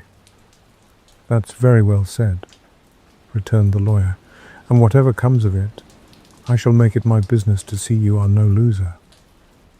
There is an axe in the theatre, continued Poole, and you might take the kitchen poker for yourself. The lawyer took that rude but weighty instrument into his hand and balanced it. Do you know, Poole, he said, looking up, that you and I are about to place ourselves in a position of some peril? You may say so, sir, indeed, returned the butler. It is well, then, that we should be frank, said the other. We both think more than we have said. Let us make a clean breast. This masked figure that you saw, did you recognize it? Well, sir, it went so quick, and the creature was so doubled up that I could hardly swear to that, was the answer. But if you mean, was it Mr. Hyde? Why, yes, I think it was. You see, it was much of the same bigness, and it had the same quick, light way with it. And then who else could have got in by the laboratory door? You have not forgot, sir, that at the time of the murder he had still the key with him. But that's not all. I don't know Mr. Utterson, if you ever met this Mr. Hyde. Yes, said the lawyer, I once spoke with him. Then you must know as well as the rest of us that there was something queer about that gentleman, something that gave a man a turn. I don't know rightly how to say it, sir, beyond this, that you felt in your marrow kind of cold and thin. I own I felt something of what you describe, said Mr. Utterson. Quite so, sir, returned Poole. Well, when that masked thing like a monkey jumped from among the chemicals and whipped into the cabinet, it went down my spine like ice. Oh, I know it's not evidence, Mr. Utterson. I'm book-learned enough for that. But a man has his feelings, and I give you my Bible word, it was Mr. Hyde. Aye, said the lawyer. My fears incline to the same point. Evil, I fear, founded. Evil was sure to come of that connection. I believe you. I believe poor Harry is killed, and I believe his murderer, for what purpose God alone can tell, is still lurking in his victim's room. Well, let our name be vengeance. Call Bradshaw. The footman came at the summons, very white and nervous. Pull yourself together, Bradshaw, said the lawyer. This suspense, I know, is telling upon all of you, but it is now our intention to make an end of it. Poole, here, and I are going to force our way into the cabinet. If all is well, my shoulders are broad enough to bear the blame.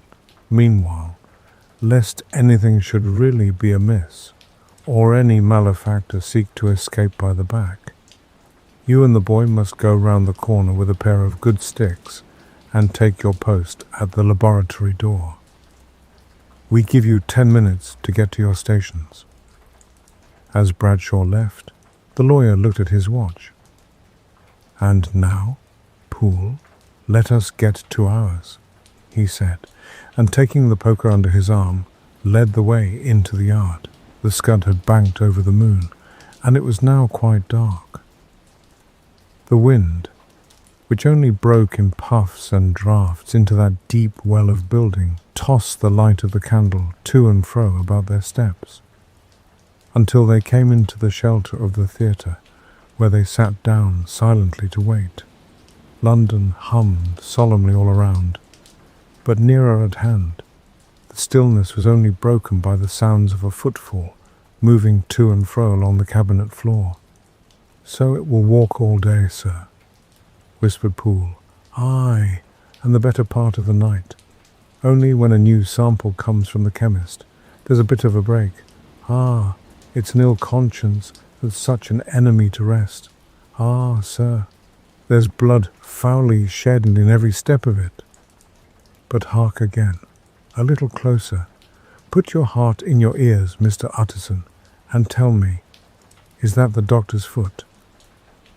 The steps fell lightly and oddly with a certain swing, for all they went so slowly. It was different indeed from the heavy creaking tread of Henry Jekyll. Utterson sighed. Is there never anything else? He asked. Poole nodded. Once, he said. Once I heard it weeping. Weeping? How that? Said the lawyer, conscious of a sudden chill of horror. Weeping like a woman or a lost soul, said the butler. I came away with that upon my heart, that I could have wept too. But now the 10 minutes drew to an end.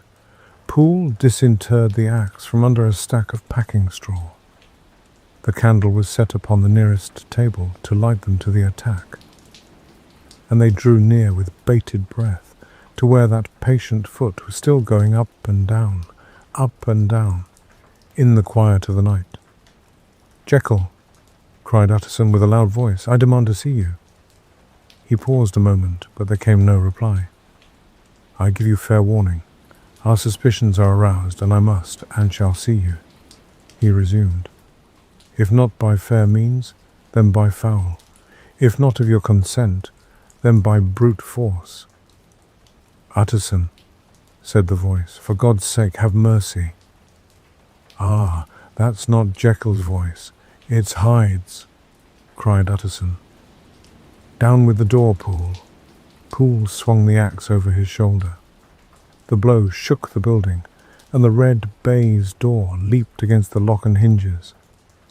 A dismal screech, as of mere animal terror, rang from the cabinet.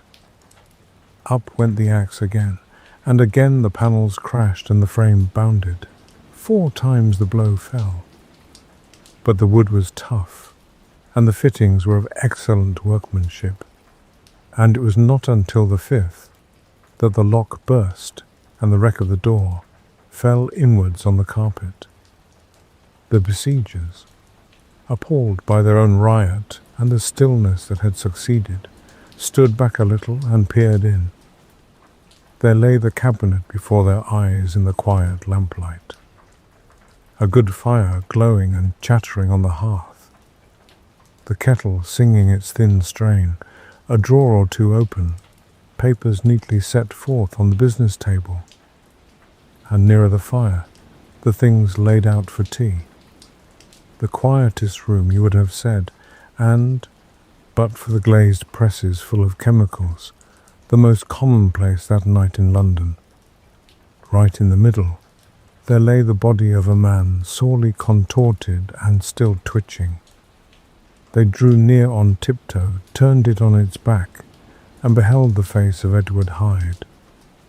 He was dressed in clothes far too large for him, clothes of the doctor's bigness. The chords of his face still moved with a semblance of life, but life was quite gone.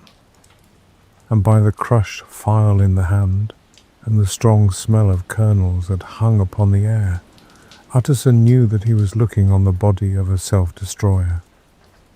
"We have come too late," he said sternly, "whether to save or punish. Hyde is gone to his account, and it only remains for us to find the body of your master." The far greater proportion of the building was occupied by the theatre, which filled almost the whole ground story, and was lighted from above, and by the cabinet, which formed an upper story at one end and looked upon the court. A corridor joined the theatre to the door on the by-street, and with this the cabinet communicated separately by a second flight of stairs. There were, besides, a few dark closets and a spacious cellar. All these they now thoroughly examined. Each closet needed but a glance, for all were empty, and all, by the dust that fell from their doors, had stood long unopened. The cellar indeed was filled with crazy lumber, mostly dating from the times of the surgeon who was Jekyll's predecessor. But even as they opened the door, they were advertised of the uselessness of further search by the fall of a perfect mat of cobweb which had for years sealed up the entrance. Nowhere was there any trace of Henry Jekyll, dead or alive. Poole stamped on the flags of the corridor. "He must be buried here," he said, hearkening to the sound. "Or he may have fled," said Utterson, and he turned to examine the door in the by-street. It was locked, and lying nearby on the flags they found the key, already stained with rust. "This does not look like use," observed the lawyer. "Use," echoed Poole. "Do you not see, sir, it is broken, much as if a man had stamped on it?" "Aye," continued Utterson, "and the fractures too are rusty." The two men looked at each other with a scare. "This is beyond me, Poole," said the lawyer. "Let us go back to the cabinet."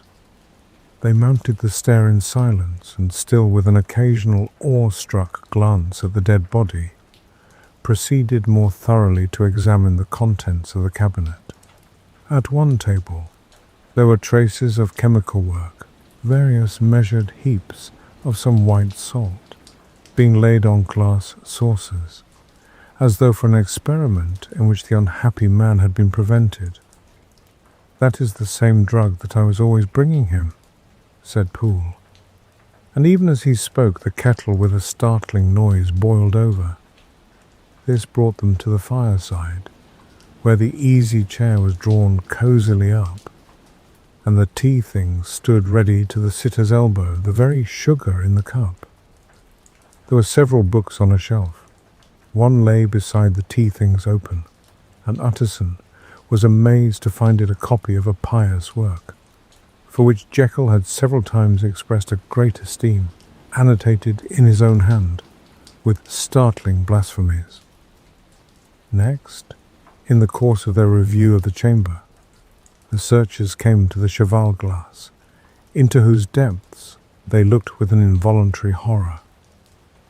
But it was so turned as to show them nothing but the rosy glow playing on the roof, the fire sparkling in 100 repetitions along the glazed front of the presses, and their own pale and fearful countenances stooping to look in. "This glass has seen some strange things, sir," whispered Poole. "And surely none stranger than itself," echoed the lawyer in the same tones. For what did Jekyll? He caught himself up at the word with a start, and then conquering the weakness. "What could Jekyll want with it?" he said. "You may say that," said Poole. Next, they turned to the business table. On the desk, among the neat array of papers, a large envelope was uppermost, and bore, in the doctor's hand, the name of Mr. Utterson. The lawyer unsealed it, and several enclosures fell to the floor. The first was a will, drawn in the same eccentric terms as the one which he had returned 6 months before, to serve as a testament in case of death, and as a deed of gift in case of disappearance. But in place of the name of Edward Hyde, the lawyer, with indescribable amazement, read the name of Gabriel John Utterson. He looked at Poole, and then back at the paper, and last of all at the dead malefactor stretched upon the carpet. "My head goes round," he said. "He has been all these days in possession. He had no cause to like me. He must have raged to see himself displaced, and he has not destroyed this document." He caught up the next paper.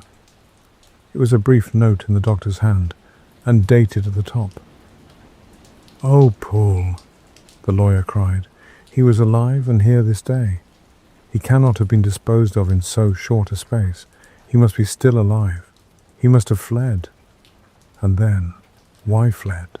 And how? And in that case, can we venture to declare this suicide? Oh, we must be careful. I foresee that we may yet involve your master in some dire catastrophe." "Why don't you read it, sir?" asked Poole. "Because I fear," replied the lawyer solemnly. "God grant I have no cause for it." And with that he brought the paper to his eyes and read as follows: "My dear Utterson, when this shall fall into your hands, I shall have disappeared, under what circumstances I have not the penetration to foresee, but my instinct and all the circumstances of my nameless situation tell me that the end is sure and must be early. Go then, and first read the narrative which Lanyon warned me he was to place in your hands, and if you care to hear more, turn to the confession of your unworthy and unhappy friend, Henry Jekyll." "There was a third enclosure?" asked Utterson.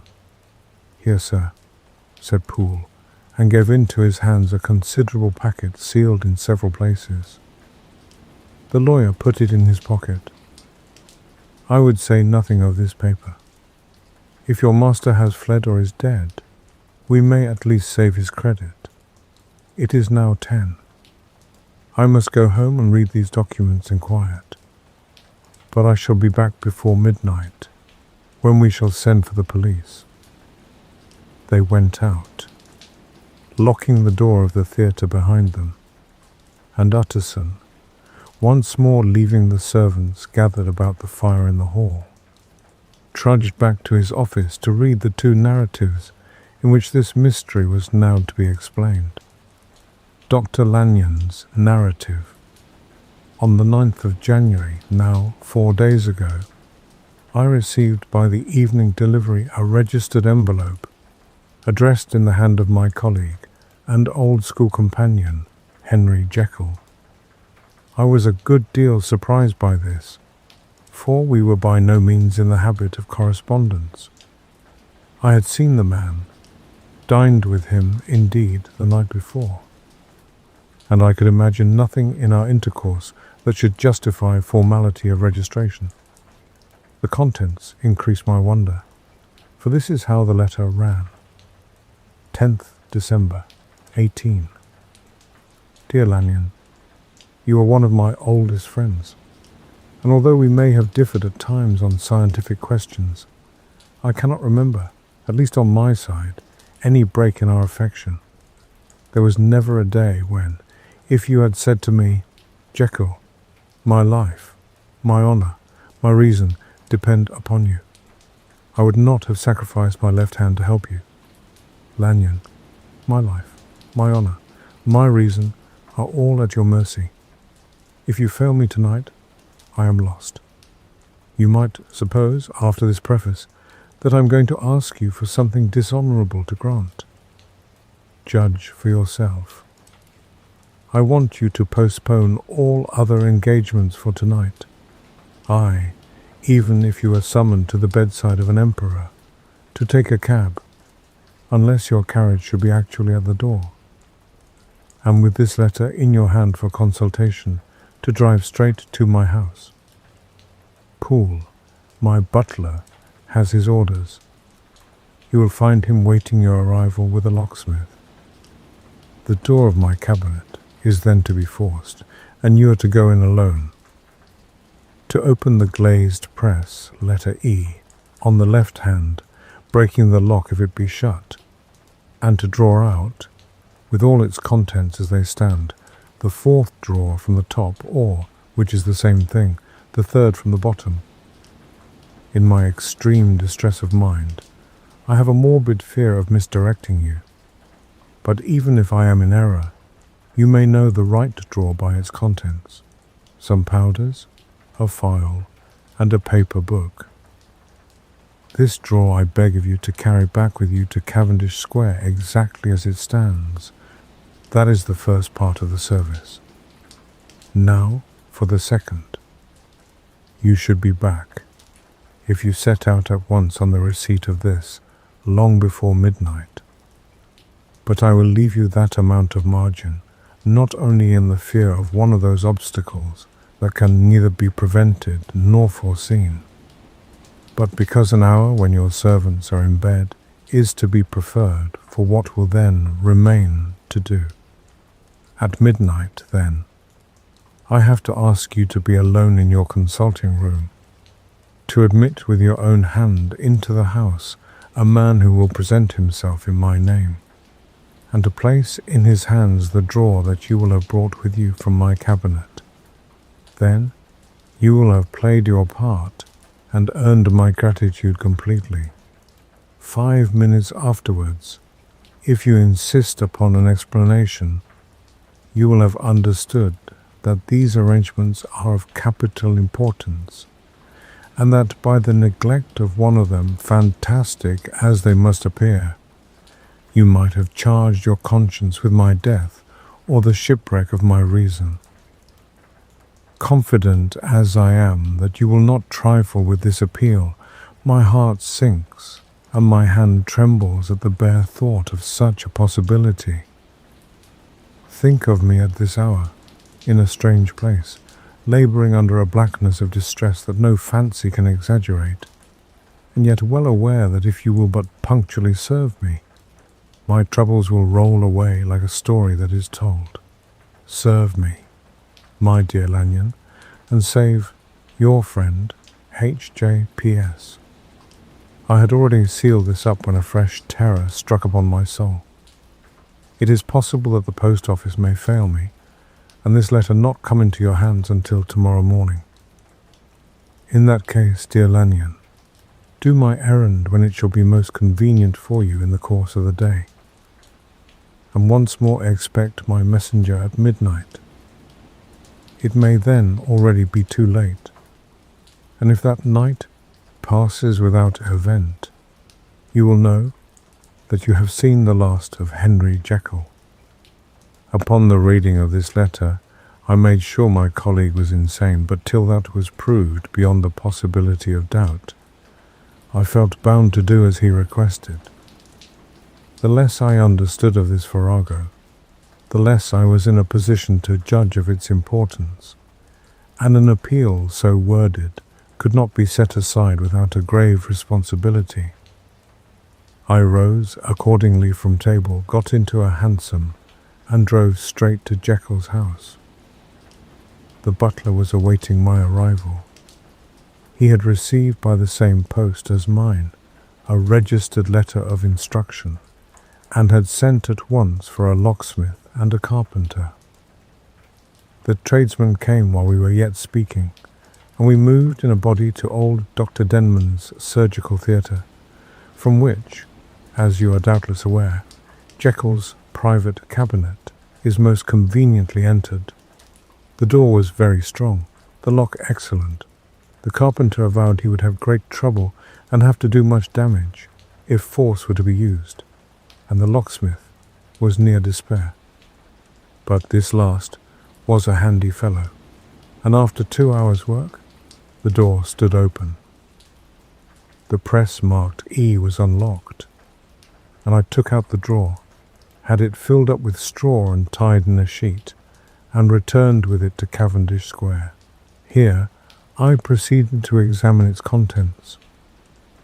The powders were neatly enough made up, but not with the nicety of the dispensing chemist, so that it was plain they were of Jekyll's private manufacture.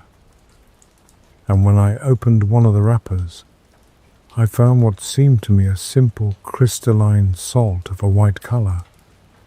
The phial, to which I next turned my attention, might have been about half full of a blood-red liquor, which was highly pungent to the sense of smell, and seemed to me to contain phosphorus and some volatile ether. At the other ingredients I could make no guess. The book was an ordinary version book, and contained little but a series of dates. These covered a period of many years, but I observed that the entries ceased nearly a year ago, and quite abruptly. Here and there a brief remark was appended to a date, usually no more than a single word. Double, occurring perhaps 6 times in a total of several hundred entries, and once very early in the list, and followed by several marks of exclamation. Total failure. All this, though it whetted my curiosity, told me little that was definite. Here were a phial of some salt, and the record of a series of experiments that had led, like too many of Jekyll's investigations, to no end of practical usefulness. How could the presence of these articles in my house affect either the honour, the sanity, or the life of my flighty colleague? If his messenger could go to one place, why could he not go to another? And even granting some impediment, why was this gentleman to be received by me in secret? The more I reflected, the more convinced I grew that I was dealing with a case of cerebral disease. And though I dismissed my servants to bed, I loaded an old revolver that I might be found in some posture of self-defence. 12 o'clock had scarce rung out over London ere the knocker sounded very gently on the door. I went myself at the summons, and found a small man crouching against the pillars of the portico. "Are you come from Dr. Jekyll?" I asked. He told me yes by a constrained gesture, and when I had bidden him enter, he did not obey me without a searching backward glance into the darkness of the square. There was a policeman not far off, advancing with his bull's eye open, and at the sight I thought my visitor started and made greater haste. These particulars struck me, I confess, disagreeably, and as I followed him into the bright light of the consulting room, I kept my hand ready on my weapon. Here, at last, I had a chance of clearly seeing him. I had never set eyes on him before, so much was certain. He was small, as I have said. I was struck besides with the shocking expression of his face, with his remarkable combination of great muscular activity and great apparent debility of constitution, and, last but not least, with the odd, subjective disturbance caused by his neighbourhood. This bore some resemblance to incipient rigour, and was accompanied by a marked sinking of the pulse. At the time, I set it down to some idiosyncratic personal distaste, and merely wondered at the acuteness of the symptoms. But I have since had reason to believe the cause to lie much deeper in the nature of man, and to turn on some nobler hinge than the principle of hatred. This person, who had thus from the first moment of his entrance struck in me what I can only describe as a disgustful curiosity, was dressed in a fashion that would have made an ordinary person laughable. His clothes, that is to say, although they were of rich and sober fabric, were enormously too large for him in every measurement, the trousers hanging on his legs and rolled up to keep them from the ground, the waist of the coat below his haunches, and the collar sprawling wide upon his shoulders. Strange to relate, this ludicrous accoutrement was far from moving me to laughter. Rather, as there was something abnormal and misbegotten in the very essence of the creature that now faced me, something seizing, surprising, and revolting. This fresh disparity seemed but to fit in with and to reinforce it, so that to my interest in the man's nature and character there was added a curiosity as to his origin, his life, his fortune, and status in the world. These observations, though they have taken so great a space to be set down in, were yet the work of a few seconds. My visitor was indeed on fire with sombre excitement. "Have you got it?" he cried. "Have you got it?" And so lively was his impatience that he even laid his hand upon my arm and sought to shake me. I put him back, conscious at his touch of a certain icy pang along my blood. "Come, sir," said I. "You forget that I have not yet the pleasure of your acquaintance. Be seated, if you please." And I showed him an example, and sat down myself in my customary seat, and with as fair an imitation of my ordinary manner to a patient, as the lateness of the hour, the nature of my preoccupations, and the horror I had of my visitor would suffer me to muster. "I beg your pardon, Dr. Lanyon," he replied civilly enough. "What you say is very well founded, and my impatience has shown its heels to my politeness. I come here at the instance of your colleague, Dr. Henry Jekyll, on a piece of business of some moment, and I understood." He paused and put his hand to his throat, and I could see, in spite of his collected manner, that he was wrestling against the approaches of the hysteria. I understood. A draw. But here I took pity on my visitor's suspense, and some perhaps on my own growing curiosity. "There it is, sir," said I, pointing to the drawer where it lay on the floor behind a table and still covered with a sheet. He sprang to it, and then paused and laid his hand upon his heart. I could hear his teeth grate with the convulsive action of his jaws, and his face was so ghastly to see that I grew alarmed both for his life and reason. "Compose yourself," said I. He turned a dreadful smile to me, and as if with the decision of despair, plucked away the sheet. At sight of the contents, he uttered one loud sob of such immense relief that I sat petrified, and the next moment, in a voice that was already fairly well under control, "Have you a graduated glass?" he asked. I rose from my place with something of an effort and gave him what he asked. He thanked me with a smiling nod, measured out a few minims of the red tincture, and added one of the powders. The mixture, which was at first of a reddish hue, began, in proportion as the crystals melted, to brighten in colour, to effervesce audibly, and to throw off small fumes of vapour. Suddenly, and at the same moment, the ebullition ceased, and the compound changed to a dark purple, which faded again more slowly to a watery green. My visitor, who had watched these metamorphoses with a keen eye, smiled, set down the glass upon the table, and then turned and looked upon me with an air of scrutiny. "And now," said he, "to settle what remains. Will you be wise? Will you be guided? Will you suffer me to take this glass in my hand and to go forth from your house without further parley? Or has the greed of curiosity too much command of you? Think before you answer, for it shall be done as you decide.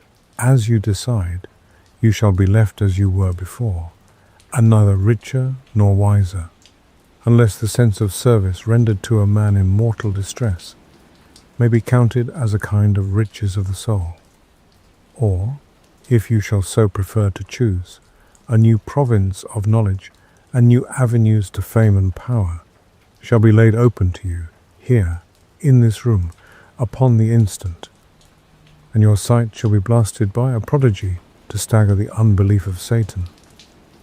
"Sir," said I, affecting a coolness that I was far from truly possessing, "you speak enigmas, and you will perhaps not wonder that I hear you with no very strong impression of belief. But I have gone too far in the way of inexplicable services to pause before I see the end." "It is well," replied my visitor. "Lanyon, you remember your vows. What follows is under the seal of our profession. And now, you who have so long been bound to the most narrow and material views, you who have denied the virtue of transcendental medicine, you who have derided your superiors, behold." He put the glass to his lips and drank at one gulp. A cry followed. He reeled, staggered, clutched at the table and held on, staring with injected eyes, gasping with open mouth. And as I looked, there came, I thought, a change. He seemed to swell. His face became suddenly black, and the features seemed to melt and alter, and the next moment I had sprung to my feet and leapt back against the wall, my arms raised to shield me from that prodigy, my mind submerged in terror. "Oh God!" I screamed, and "Oh God!" again and again. For there before my eyes, pale and shaken and half fainting, and groping before him with his hands like a man restored from death, there stood Henry Jekyll. What he told me in the next hour, I cannot bring my mind to set on paper. I saw what I saw. I heard what I heard, and my soul sickened at it. And yet now, when that sight has faded from my eyes, I ask myself if I believe it, and I cannot answer. My life is shaken to its roots. Sleep has left me. The deadliest terror sits by me at all hours of the day and night. And I feel that my days are numbered, and that I must die, and yet I shall die incredulous. As for the moral turpitude that man unveiled to me, even with tears of penitence, I cannot, even in memory, dwell on it without a start of horror. I will say but one thing, Utterson, and that, if you can bring your mind to credit it, will be more than enough. The creature who crept into my house that night was, on Jekyll's own confession, known by the name of Hyde, and hunted for in every corner of the land as the murderer of Carew. Hasty Lanyon. Henry Jekyll's full statement of the case. I was born in the year 18, to a large fortune, endowed besides with excellent parts, inclined by nature to industry, fond of the respect of the wise and good among my fellowmen, and thus, as might have been supposed, with every guarantee of an honourable and distinguished future. And indeed, The worst of my faults was a certain impatient gaiety of disposition, such as has made the happiness of many, but such as I found it hard to reconcile with my imperious desire to carry my head high and wear a more than commonly grave countenance before the public. Hence, it came about that I concealed my pleasures, and that when I reached years of reflection and began to look round me and take stock of my progress and position in the world, I stood already committed to a profound duplicity of life. Many a man would have even blazoned such irregularities as I was guilty of. But from the high views that I had set before me, I regarded and hid them with an almost morbid sense of shame. It was thus rather the exacting nature of my aspirations than any particular degradation in my faults that made me what I was, and, with even a deeper trench than in the majority of men, severed in me those provinces of good and ill which divide and compound man's dual nature. In this case, I was driven to reflect deeply and inveterately on that hard law of life, which lies at the root of religion and is one of the most plentiful springs of distress. Though so profound a double-dealer, I was in no sense a hypocrite. Both sides of me were in dead earnest. I was no more myself when I laid aside restraint and plunged in shame, than when I laboured in the eye of day, at the furtherance of knowledge or the relief of sorrow and suffering.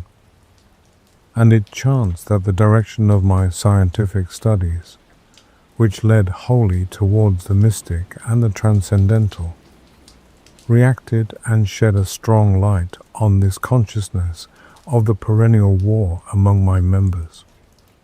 With every day, and from both sides of my intelligence, the moral and the intellectual, I thus drew steadily nearer to the truth, by whose partial discovery I have been doomed to such a dreadful shipwreck, that man is not truly one, but truly two. I say two, because the state of my own knowledge does not pass beyond that point. Others will follow, others will outstrip me on the same lines, and I hazard the guess that man will be ultimately known for a mere polity of multifarious, incongruous, and independent denizens. I, for my part, from the nature of my life, advanced infallibly in one direction, and in one direction only. It was on the moral side, and in my own person, that I learned to recognize the thorough and primitive duality of man. I saw that of the two natures that contended in the field of my consciousness, even if I could rightly be said to be either, it was only because I was radically both. And from an early date, even before the course of my scientific discoveries had begun to suggest the most naked possibility of such a miracle, I had learned to dwell with pleasure, as a beloved daydream, on the thought of the separation of these elements. If each, I told myself, could be housed in separate identities, life would be relieved of all that was unbearable. The unjust might go his way, delivered from the aspirations and remorse of his more upright twin, and the just could walk steadfastly and securely on his upward path, doing the good things in which he found his pleasure, and no longer exposed to disgrace and penitence by the hands of this extraneous evil. It was the curse of mankind that these incongruous faggots were thus bound together, that in the agonized womb of consciousness, these polar twins should be continuously struggling. How, then, were they dissociated? I was so far in my reflections when, as I have said, a sidelight began to shine upon the subject from the laboratory table. I began to perceive more deeply than it has ever yet been stated the trembling immateriality, the mist-like transience of this seemingly so solid body in which we walk attired. Certain agents I found to have the power to shake and pluck back that fleshly vestment, even as a wind might toss the curtains of pavilion, for two good reasons. I will not enter deeply into this scientific branch of my confession. First, because I have been made to learn that the doom and burthen of our life is bound forever on man's shoulders, and when the attempt is made to cast it off, it but returns upon us with more unfamiliar and more awful pressure. Second, because, as my narrative will make, alas, too evident, my discoveries were incomplete. Enough, then, that I not only recognized my natural body from the mere aura and effulgence of certain of the powers that made up my spirit, but managed to compound a drug by which these powers should be dethroned from their supremacy, and a second form and countenance substituted, none the less natural to me, because they were the expression and bore the stamp of lower elements in my soul. I hesitated long before I put this theory to the test of practice. I knew well that I risked death, for any drug that so potently controlled and shook the very fortress of identity might, by the least scruple of an overdose, or at the least inopportunity in the moment of exhibition, utterly blot out that immaterial tabernacle which I looked to it to change. But the temptation of a discovery so singular and profound at last overcame the suggestions of alarm. I had long since prepared my tincture. I purchased at once from a firm of wholesale chemists a large quantity of a particular salt, which I knew, from my experiments, to be the last ingredient required, and late one accursed night I compounded the elements, watched them boil and smoke together in the glass, and when the ebullition had subsided, with a strong glow of courage, drank off the potion. The most racking pangs succeeded, a grinding in the bones, deadly nausea, and a horror of the spirit that cannot be exceeded at the hour of birth or death. Then these agonies began swiftly to subside, and I came to myself as if out of a great sickness. There was something strange in my sensations, something indescribably new, and from its very novelty, incredibly sweet. I felt younger, lighter, happier in body. Within I was conscious of a heady recklessness, a current of disordered sensual images running like a mill race in my fancy. A solution of the bonds of obligation, an unknown, but not an innocent freedom of the soul. I knew myself, at the first breath of this new life, to be more wicked, tenfold more wicked, sold a slave to my original evil. And the thought, in that moment, braced and delighted me like wine. I stretched out my hands, exulting in the freshness of these sensations. And in the act, I was suddenly aware that I had lost in stature. There was no mirror at that date in my room. That which stands beside me as I write was brought there later on, and for the very purpose of these transformations. The night, however, was far gone into the morning.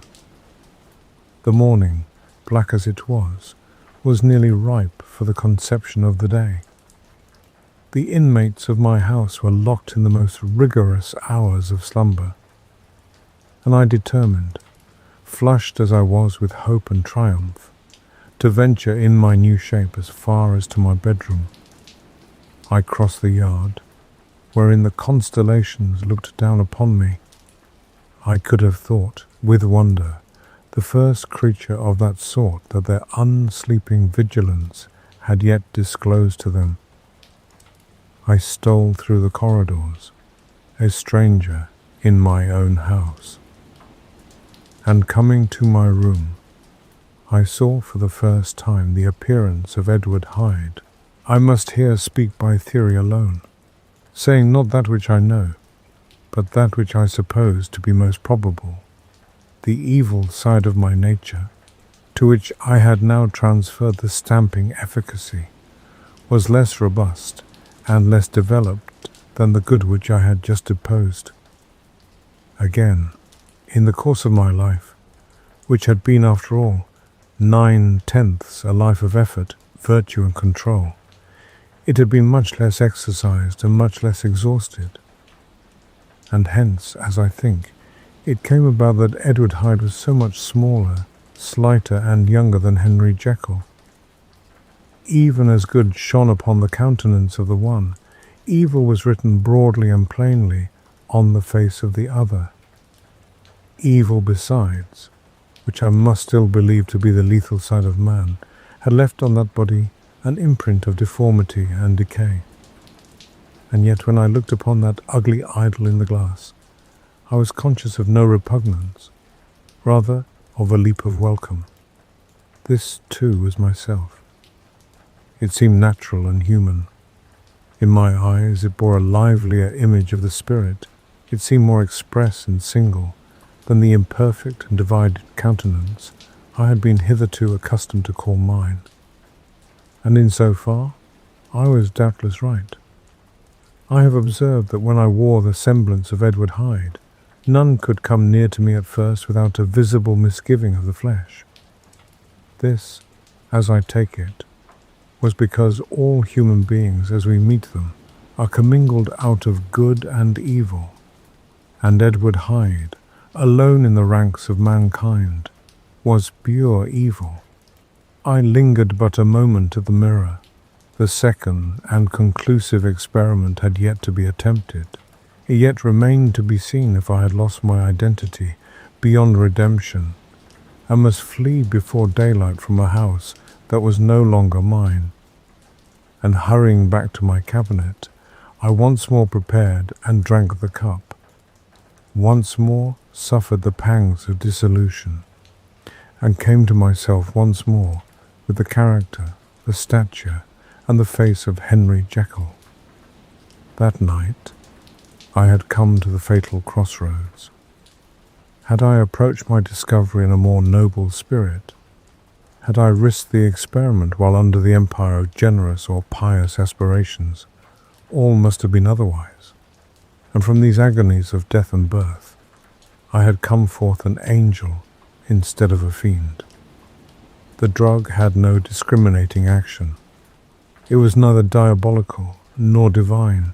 It but shook the doors of the prison house of my disposition, and like the captives of Philippi, that which stood within ran forth.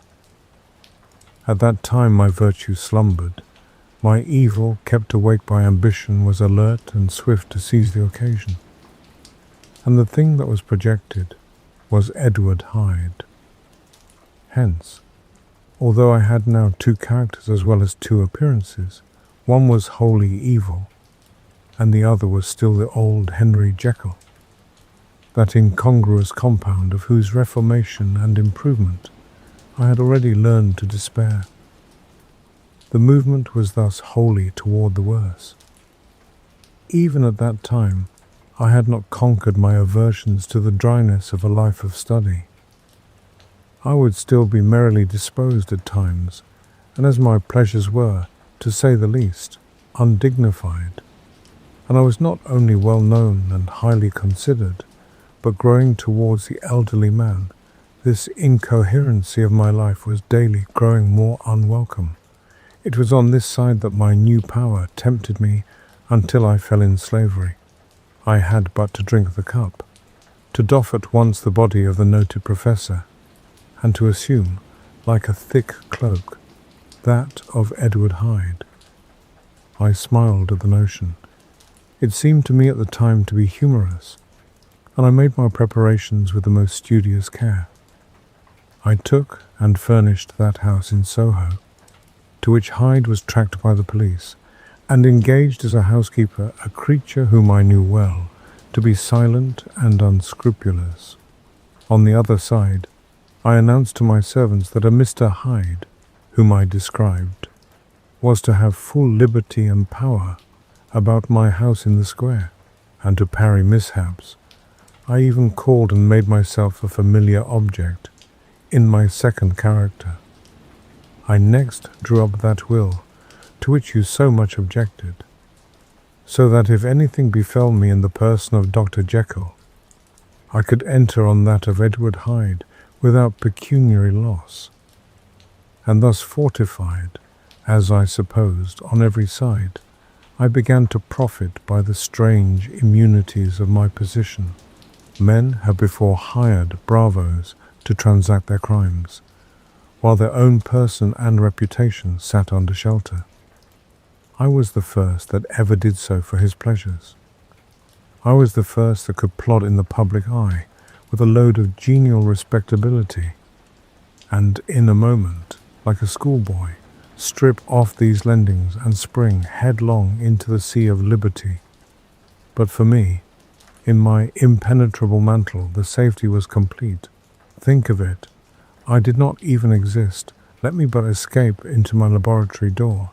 Give me but a second or two to mix and swallow the draught that I had always standing ready. And whatever he had done, Edward Hyde would pass away like the stain of breath upon a mirror.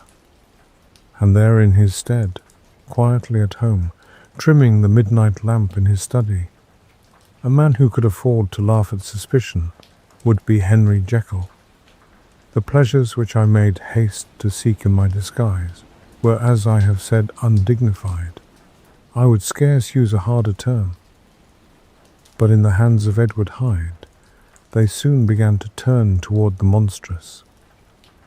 When I would come back from these excursions, I was often plunged into a kind of wonder at my vicarious depravity.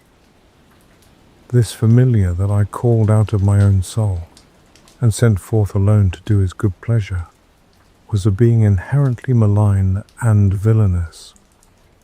His every act and thought centered on self, drinking pleasure with bestial avidity from any degree of torture to another, relentless, like a man of stone. Henry Jekyll stood at times aghast before the acts of Edward Hyde, but the situation was apart from ordinary laws, and insidiously relaxed the grasp of conscience. It was Hyde after all, and Hyde alone, that was guilty. Jekyll was no worse. He woke again to his good qualities seemingly unimpaired. He would even make haste, where it was possible, to undo the evil done by Hyde. And thus his conscience slumbered. Into the details of the infamy at which I thus connived, for even now I can scarce grant that I committed it, I have no design of entering. I mean but to point out the warnings and the successive steps with which my chastisement approached. I met with one accident, which, as it brought on no consequence, I shall no more than mention. An act of cruelty to a child aroused against me the anger of a passer-by, whom I recognized the other day in the person of your kinsman. The doctor and the child's family joined him. There were moments when I feared for my life, and at last, in order to pacify their too just resentment, Edward Hyde had to bring them to the door and pay them in a cheque drawn in the name of Henry Jekyll. But this danger was easily eliminated from the future by opening an account at another bank in the name of Edward Hyde himself. And when, by sloping my own hand backward, I had supplied my double with a signature, I thought I sat beyond the reach of fate. Some 2 months before the murder of Sir Danvers, I had been out for one of my adventures, had returned at a late hour, and woke the next day in bed with somewhat odd sensations. It was in vain I looked about me. In vain I saw the decent furniture and tall proportions of my room in the square. In vain that I recognized the pattern of the bed curtains and the design of the mahogany frame.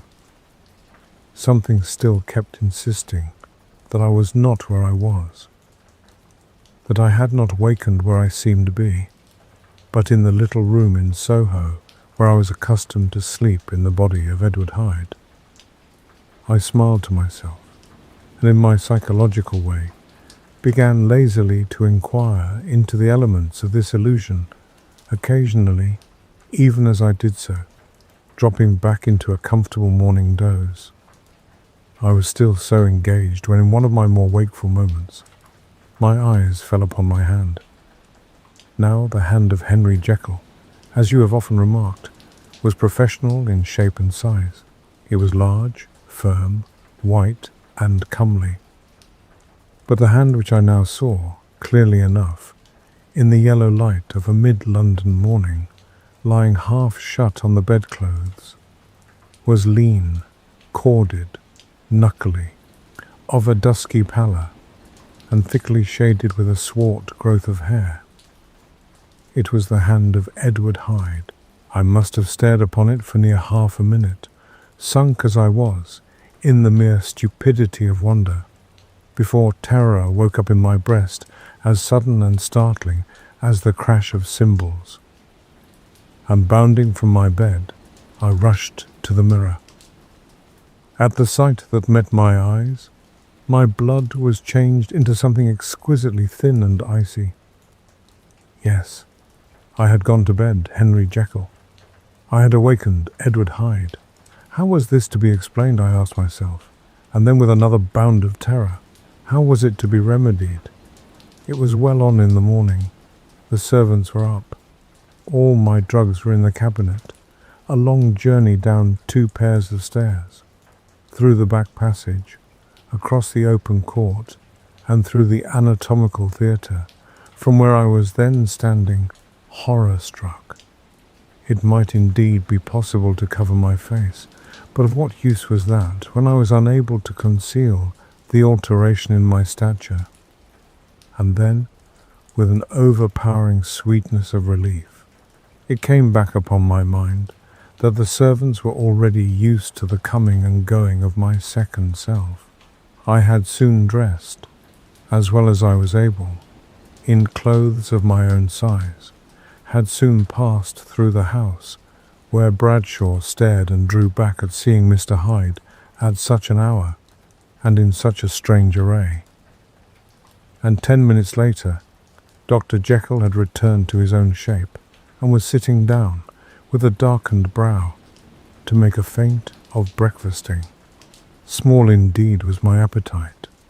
This inexplicable incident, this reversal of my previous experience seemed, like the Babylonian finger on the wall, to be spelling out the letters of my judgment, and I began to reflect more seriously than ever before on the issues and possibilities of my double existence. That part of me, which I had the power of projecting, had lately been much exercised and nourished. It had seemed to me of late as though the body of Edward Hyde had grown in stature, as though, when I wore that form, I were conscious of a more generous tide of blood, and I began to spy a danger that if this were much prolonged, the balance of my nature might be permanently overthrown, the power of voluntary change be forfeited, and the character of Edward Hyde become irrevocably mine. The power of the drug had not been always equally displayed. Once, very early in my career, it had totally failed me. Since then, I had been obliged on more than one occasion to double, and once with infinite risk of death, to treble the amount. And these rare uncertainties had cast hitherto the sole shadow on my contentment. Now, however, and in the light of that morning's accident, I was led to remark that whereas, in the beginning, the difficulty had been to throw off the body of Jekyll, it had of late gradually but decidedly transferred itself to the other side. All things therefore seemed to point to this, that I was slowly losing hold of my original and better self, and becoming slowly incorporated with my second and worse. Between these two, I now felt I had to choose. My two natures had memory in common, but all other faculties were most unequally shared between them. Jekyll, who was composite, now with the most sensitive apprehensions, now with a greedy gusto, projected and shared in the pleasures and adventures of Hyde. But Hyde was indifferent to Jekyll, or but remembered him as the mountain bandit remembers the cavern in which he conceals himself from pursuit. Jekyll had more than a father's interest. Hyde had more than a son's indifference. To cast in my lot with Jekyll was to die to those appetites which I had long secretly indulged and had of late begun to pamper. To cast it in with Hyde was to die to 1,000 interests and aspirations, and to become, at a blow and forever, despised and friendless. The bargain might appear unequal, but there was still another consideration in the scales. For while Jekyll would suffer smartingly in the fires of abstinence, Hyde would be not even conscious of all that he had lost. Strange as my circumstances were, the terms of this debate are as old and commonplace as man. Much the same inducements and alarms cast the die for any tempted and trembling sinner, and it fell out with me, as it falls with so vast a majority of my fellows, that I chose the better part, and was found wanting in the strength to keep to it. Yes, I preferred the elderly and discontented doctor, surrounded by friends and cherishing honest hopes, and bade a resolute farewell to the liberty, the comparative youth, the light step, leaping impulses and secret pleasures that I had enjoyed in the disguise of Hyde. I made this choice perhaps with some unconscious reservation, for I neither gave up the house in Soho, nor destroyed the clothes of Edward Hyde, which still lay ready in my cabinet. For 2 months, however, I was true to my determination. For 2 months I led a life of such severity as I had never before attained to, and enjoyed the compensations of an approving conscience. But time began at last to obliterate the freshness of my alarm. The praises of conscience began to grow into a thing of course. I began to be tortured with throes and longings, as of Hyde struggling after freedom. And at last, in an hour of moral weakness, I once again compounded and swallowed the transforming draught. I do not suppose that when a drunkard reasons with himself upon his vice, he is once out of 500 times affected by the dangers that he runs through his brutish, physical insensibility. Neither had I, long as I had considered my position, made enough allowance for the complete moral insensibility and insensate readiness to evil, which were the leading characters of Edward Hyde. Yet it was by these that I was punished. My devil had been long caged, he came out roaring. I was conscious, even when I took the draught, of a more unbridled, a more furious propensity to ill. It must have been this, I suppose, that stirred in my soul that tempest of impatience with which I listened to the civilities of my unhappy victim. I declare, at least, before God, no man morally sane could have been guilty of that crime upon so pitiful a provocation, and that I struck in no more reasonable spirit than that in which a sick child may break a plaything.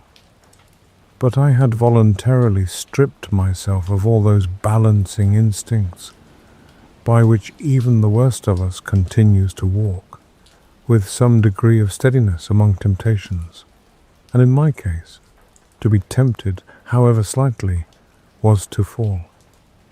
Instantly, the spirit of hell awoke in me and raged.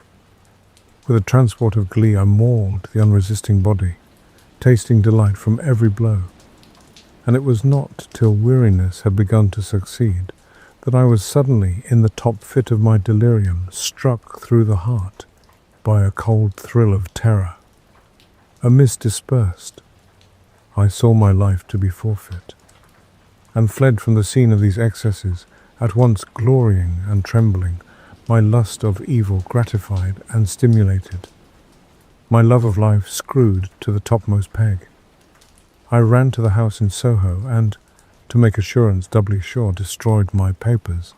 Thence I set out through the lamplit streets, in the same divided ecstasy of mind, gloating on my crime, light-headedly devising others in the future, and yet still hastening and still hearkening in my wake for the steps of the avenger. Hyde had a song upon his lips as he compounded the draught, and as he drank it, pledged the dead man. The pangs of transformation had not done tearing him, before Henry Jekyll, with streaming tears of gratitude and remorse, had fallen upon his knees and lifted his clasped hands to God. The veil of self-indulgence was rent from head to foot. I saw my life as a whole. I followed it up from the days of childhood, when I had walked with my father's hand, and through the self-denying toils of my professional life, to arrive again and again, with the same sense of unreality, at the damned horrors of the evening. I could have screamed aloud. I sought with tears and prayers to smother down the crowd of hideous images and sounds with which my memory swarmed against me. And still, between the petitions, the ugly face of my iniquity stared into my soul. As the acuteness of this remorse began to die away, it was succeeded by a sense of joy. The problem of my conduct was solved. Hyde was thenceforth impossible. Whether I would or not, I was now confined to the better part of my existence. And oh, how I rejoiced to think of it! With what willing humility I embraced anew the restrictions of natural life. With what sincere renunciation I locked the door, by which I had so often gone and come, and ground the key under my heel. The next day came the news that the murder had not been overlooked, that the guilt of Hyde was patent to the world, and that the victim was a man high in public estimation. It was not only a crime, it had been a tragic folly. I think I was glad to know it. I think I was glad to have my better impulses thus buttressed and guarded by the terrors of the scaffold. Jekyll was now my city of refuge. Let but Hyde peep out an instant, and the hands of all men would be raised to take and slay him. I resolved in my future conduct to redeem the past, and I can say with honesty that my resolve was fruitful of some good. You know yourself how earnestly, in the last months of the last year, I labored to relieve suffering. You know that much was done for others, and that the days passed quietly, almost happily for myself. Nor can I truly say that I wearied of this beneficent and innocent life. I think instead that I daily enjoyed it more completely. But I was still cursed with my duality of purpose, and as the first edge of my penitence wore off, the lower side of me, so long indulged, so recently chained down, began to growl for license. Not that I dreamed of resuscitating Hyde. The bare idea of that would startle me to frenzy. No, it was in my own person that I was once more tempted to trifle with my conscience, and it was as an ordinary secret sinner that I at last fell before the assaults of temptation. There comes an end to all things. The most capacious measure is filled at last, and this brief condescension to my evil finally destroyed the balance of my soul. And yet I was not alarmed. The fall seemed natural, like a return to the old days before I had made my discovery.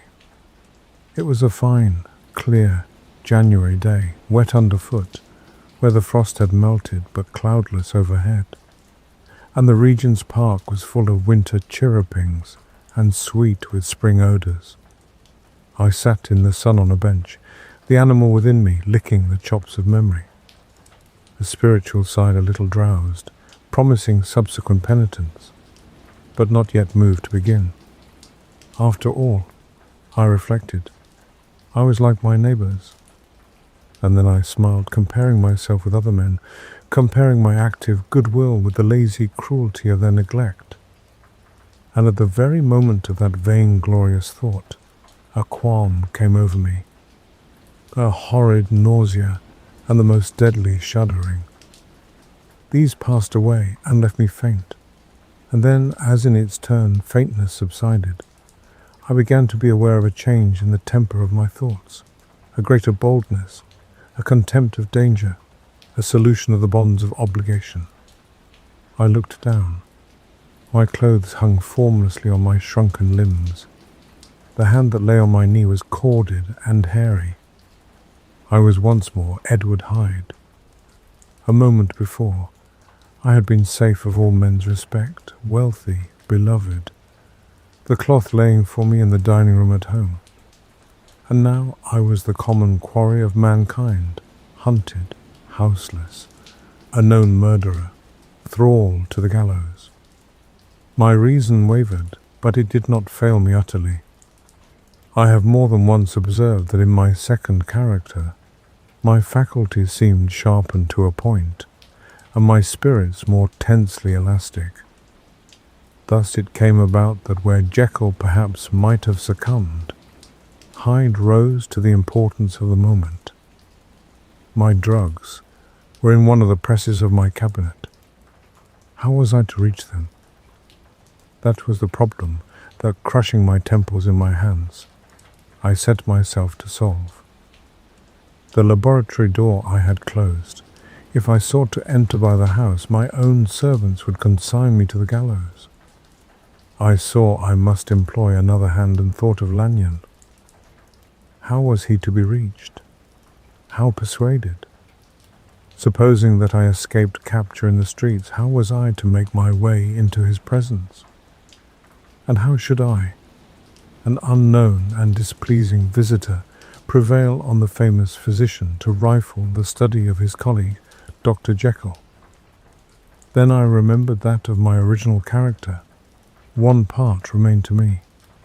I could write my own hand, and once I had conceived that kindling spark, the way that I must follow became lighted up from end to end.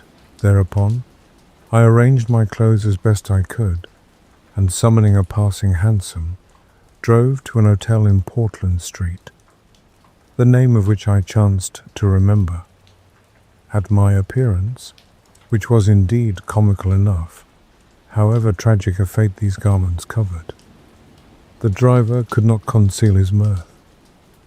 I gnashed my teeth upon him with a gust of devilish fury, and the smile withered from his face, happily for him, yet more happily for myself, for in another instant I had certainly dragged him from his perch.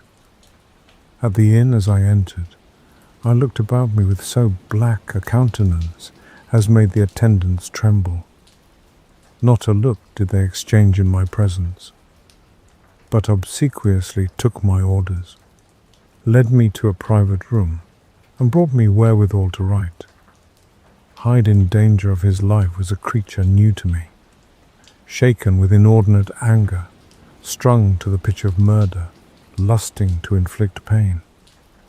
Yet the creature was astute, mastered his fury with a great effort of the will, composed his two important letters, one to Lanyon and one to Poole, and that he might receive actual evidence of their being posted, sent them out with directions that they should be registered.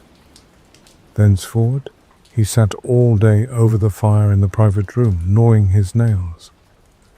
There he dined, sitting alone with his fears, the waiter visibly quailing before his eye.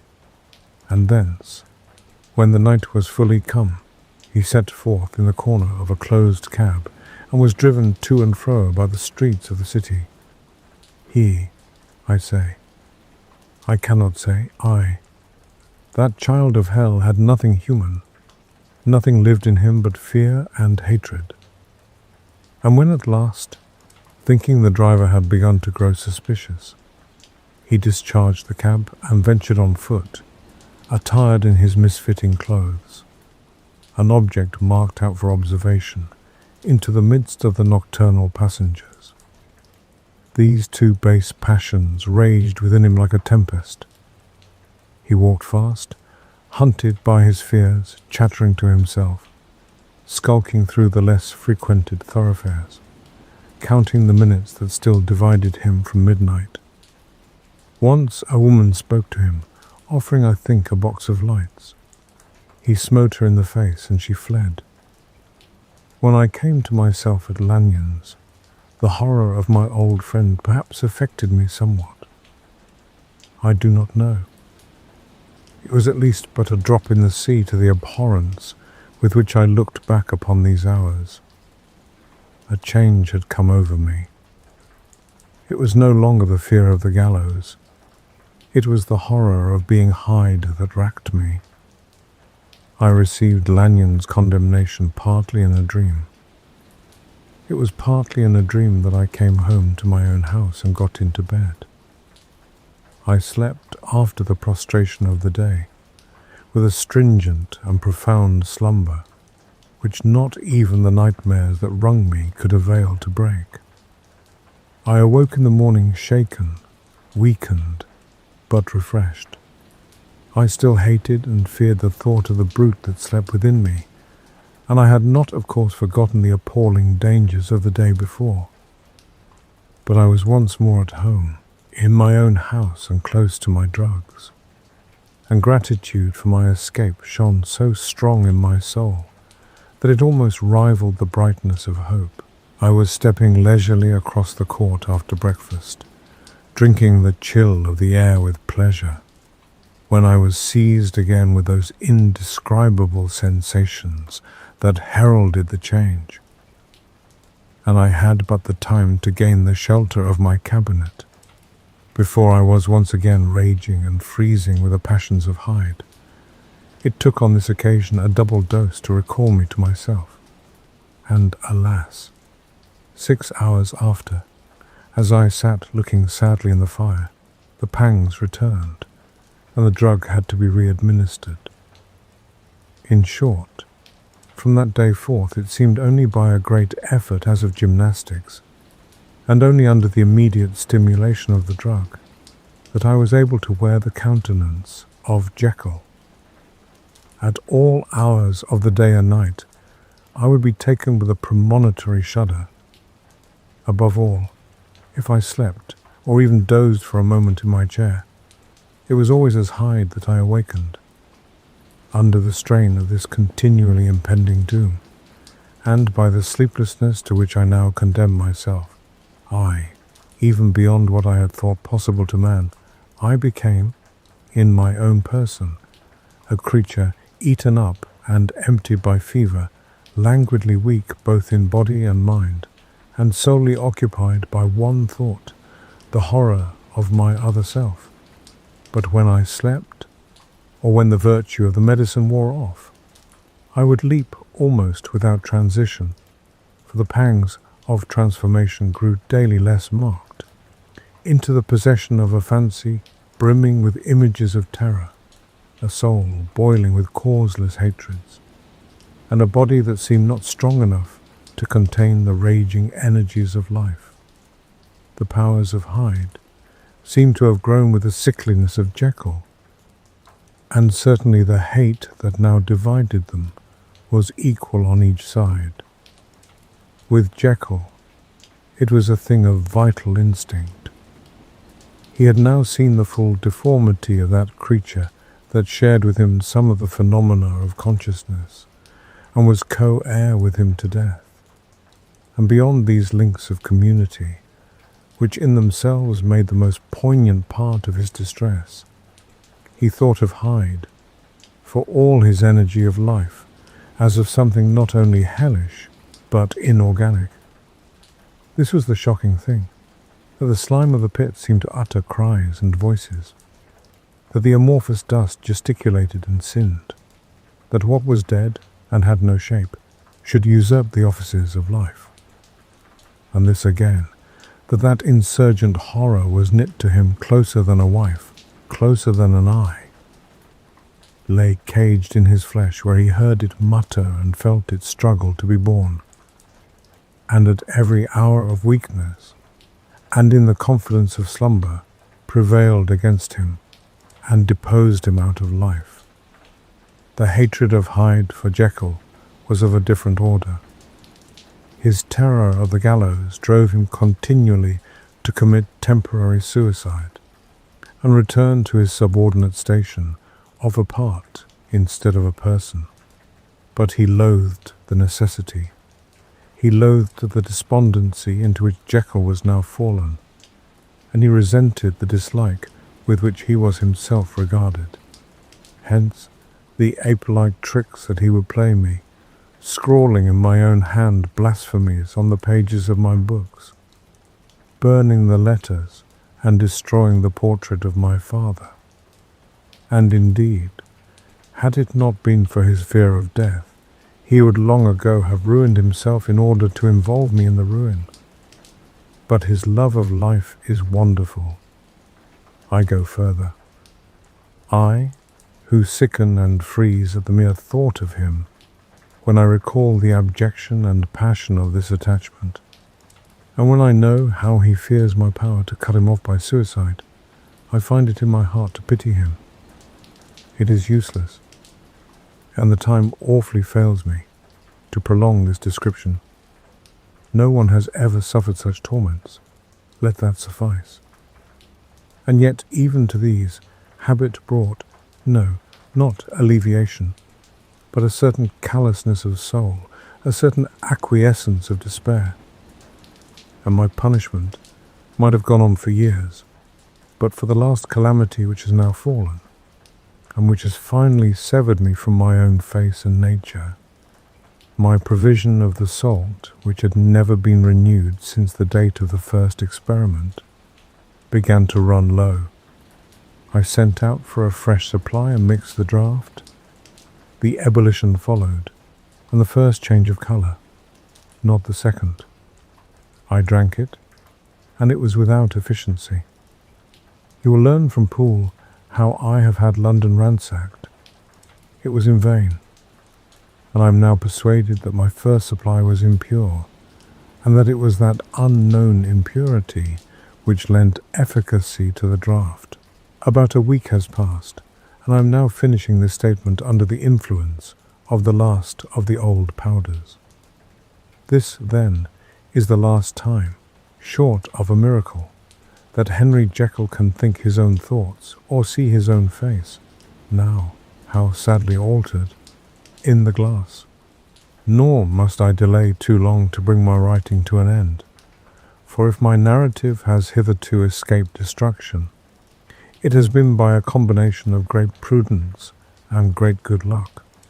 Should the throes of change take me in the act of writing it, Hyde will tear it in pieces. But if some time shall have elapsed after I have laid it by, his wonderful selfishness and circumscription to the moment will probably save it once again from the action of his ape-like spite. And indeed the doom that is closing on us both has already changed and crushed him.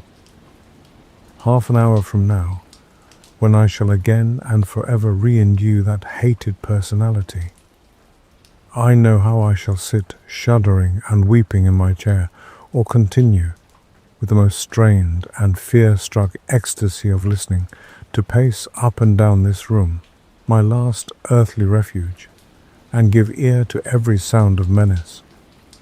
Will Hyde die upon the scaffold, or will he find courage to release himself at the last moment?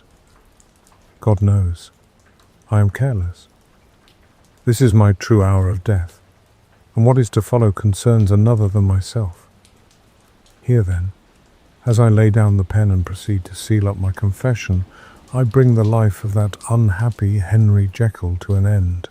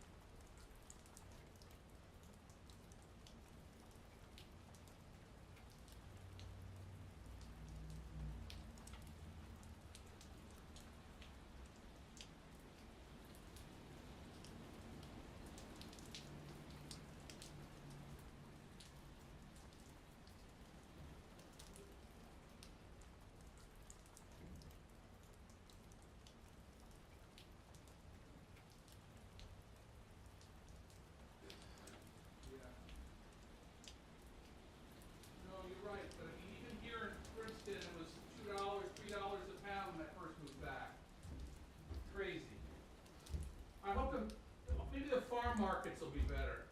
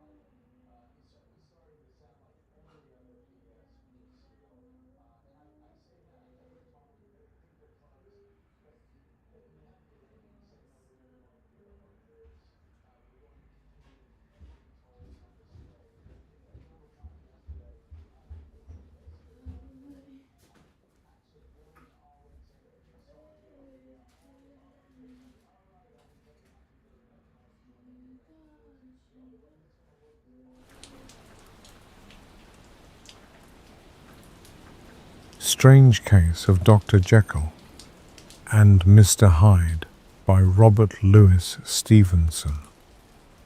Story of the Door. Mr. Utterson. The lawyer was a man of a rugged countenance that was never lighted by a smile, cold, scanty, and embarrassed in discourse, backward in sentiment, lean, long, dusty, dreary, and yet somehow lovable.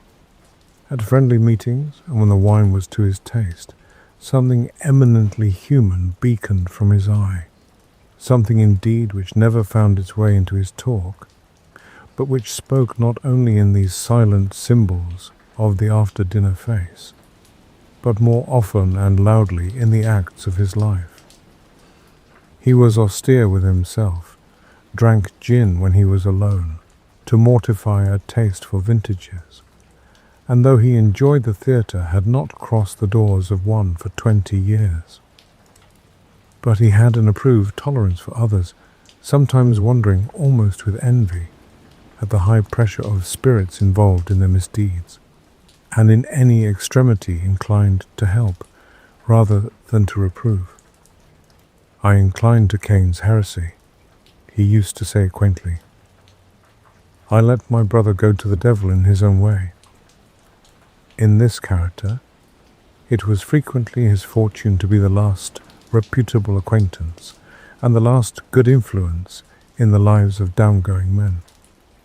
And to such as these, so long as they came about his chambers, he never marked a shade of change in his demeanour. No doubt, the feat was easy to Mr. Utterson, for he was undemonstrative at the best, and even his friendship seemed to be founded in a similar catholicity of good nature. It is the mark of a modest man to accept his friendly circle ready-made from the hands of opportunity. And that was the lawyer's way. His friends were those of his own blood, or those whom he had known the longest. His affections, like ivy, were the growth of time. They implied no aptness in the object. Hence, no doubt the bond that united him to Mr. Richard Enfield, his distant kinsman, the well-known man about town. It was a nut to crack for many, what these two could see in each other, or what subject they could find in common.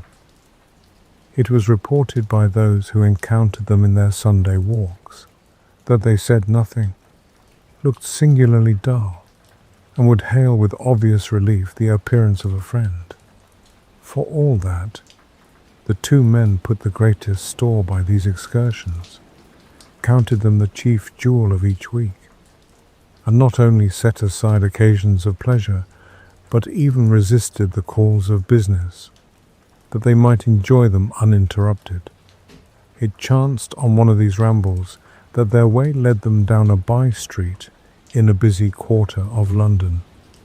The street was small and what is called quiet, but it drove a thriving trade on the weekdays.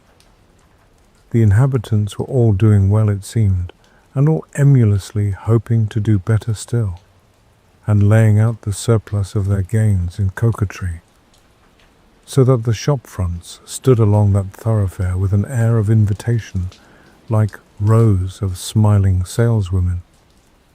Even on Sunday, when it veiled its more florid charms and lay comparatively empty of passage, the street shone out in contrast to its dingy neighbourhood like a fire in a forest, and with its freshly painted shutters, well-polished brasses, and general cleanliness and gaiety of note, instantly caught and pleased the eye of the passenger. 2 doors from one corner, on the left hand going east, the line was broken by the entry of a court, and just at that point a certain sinister block of building thrust forward its gable on the street. It was 2 stories high, showed no window, nothing but a door on the lower story, and a blind forehead of discoloured wall on the upper, and bore in every feature the marks of prolonged and sordid negligence. The door, which was equipped with neither bell nor knocker, was blistered and distained. Tramps slouched into the recess and struck matches on the panels.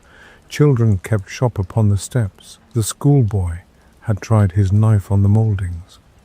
And for close on a generation, no one had appeared to drive away these random visitors or to repair their ravages. Mr. Enfield and the lawyer were on the other side of the by-street, but when they came abreast of the entry, the former lifted up his cane and pointed. "Did you ever remark that door?" he asked. And when his companion had replied in the affirmative, "It is connected in my mind," added he, "with a very odd story." "Indeed?" said Mr. Utterson with a slight change of voice. "And what was that?" "Well, it was this way," returned Mr. Enfield. "I was coming home from some place at the end of the world about 3 o'clock of a black winter morning, and my way lay through a part of town where there was literally nothing to be seen but lamps. Street after street, and all the folks asleep, street after street, all lighted up as if for a procession, and all as empty as a church, till at last I got into that state of mind when a man listens and begins to long for the sight of a policeman. All at once I saw two figures. One, a little man who was stumping along eastward at a good walk, and the other, a girl of maybe 8 or 10, who was running as hard as she was able down a cross street. Well, sir, the two ran into one another naturally enough at the corner, and then came the horrible part of the thing, for the man trampled calmly over the child's body and left her screaming on the ground. It sounds nothing to hear, but it was hellish to see. It wasn't like a man. It was like some damned juggernaut. I gave a few hello, took to my heels, collared my gentleman, and brought him back to where there was already quite a group about the screaming child. He was perfectly cool, and made no resistance, but gave me one look, so ugly that it brought out the sweat on me like running. The people who had turned out were the girl's own family, and pretty soon the doctor, for whom she had been sent, put in his appearance. Well, the child was not much the worse, more frightened according to the sawbones, and there you might have supposed would be an end to it. But there was one curious circumstance. I had taken a loathing to my gentleman at first sight. So had the child's family, which was only natural. But the doctor's case was what struck me. He was the usual cut-and-dry apothecary, of no particular age and colour, with a strong Edinburgh accent and about as emotional as a bagpipe. Well, sir, he was like the rest of us. Every time he looked at my prisoner, I saw that Sawbones turned sick and white, with a desire to kill him. I knew what was in his mind, just as he knew what was in mine, and killing being out of the question, we did the next best. We told the man we could and would make such a scandal out of this as should make his name stink from one end of London to the other. If he had any friends or any credit, we undertook that he should lose them. And all the time, as we were pitching it in red hot, we were keeping the women off him as best we could, for they were as wild as harpies. I never saw a circle of such hateful faces, and there was the man in the middle, with a kind of black, sneering coolness, frightened too, I could see that, but carrying it off, sir, really like Satan. "If you choose to make capital out of this accident," said he, "I am naturally helpless. No gentleman but wishes to avoid a scene," says he. "Name your figure." Well, we screwed him up to £100 for the child's family. He would have clearly liked to stick out, but there was something about the lot of us that meant mischief, and at last he struck. The next thing was to get the money, And where do you think he carried us but to that place with the door? Whipped out a key, went in, and presently came back with a matter of £10 in gold, and a cheque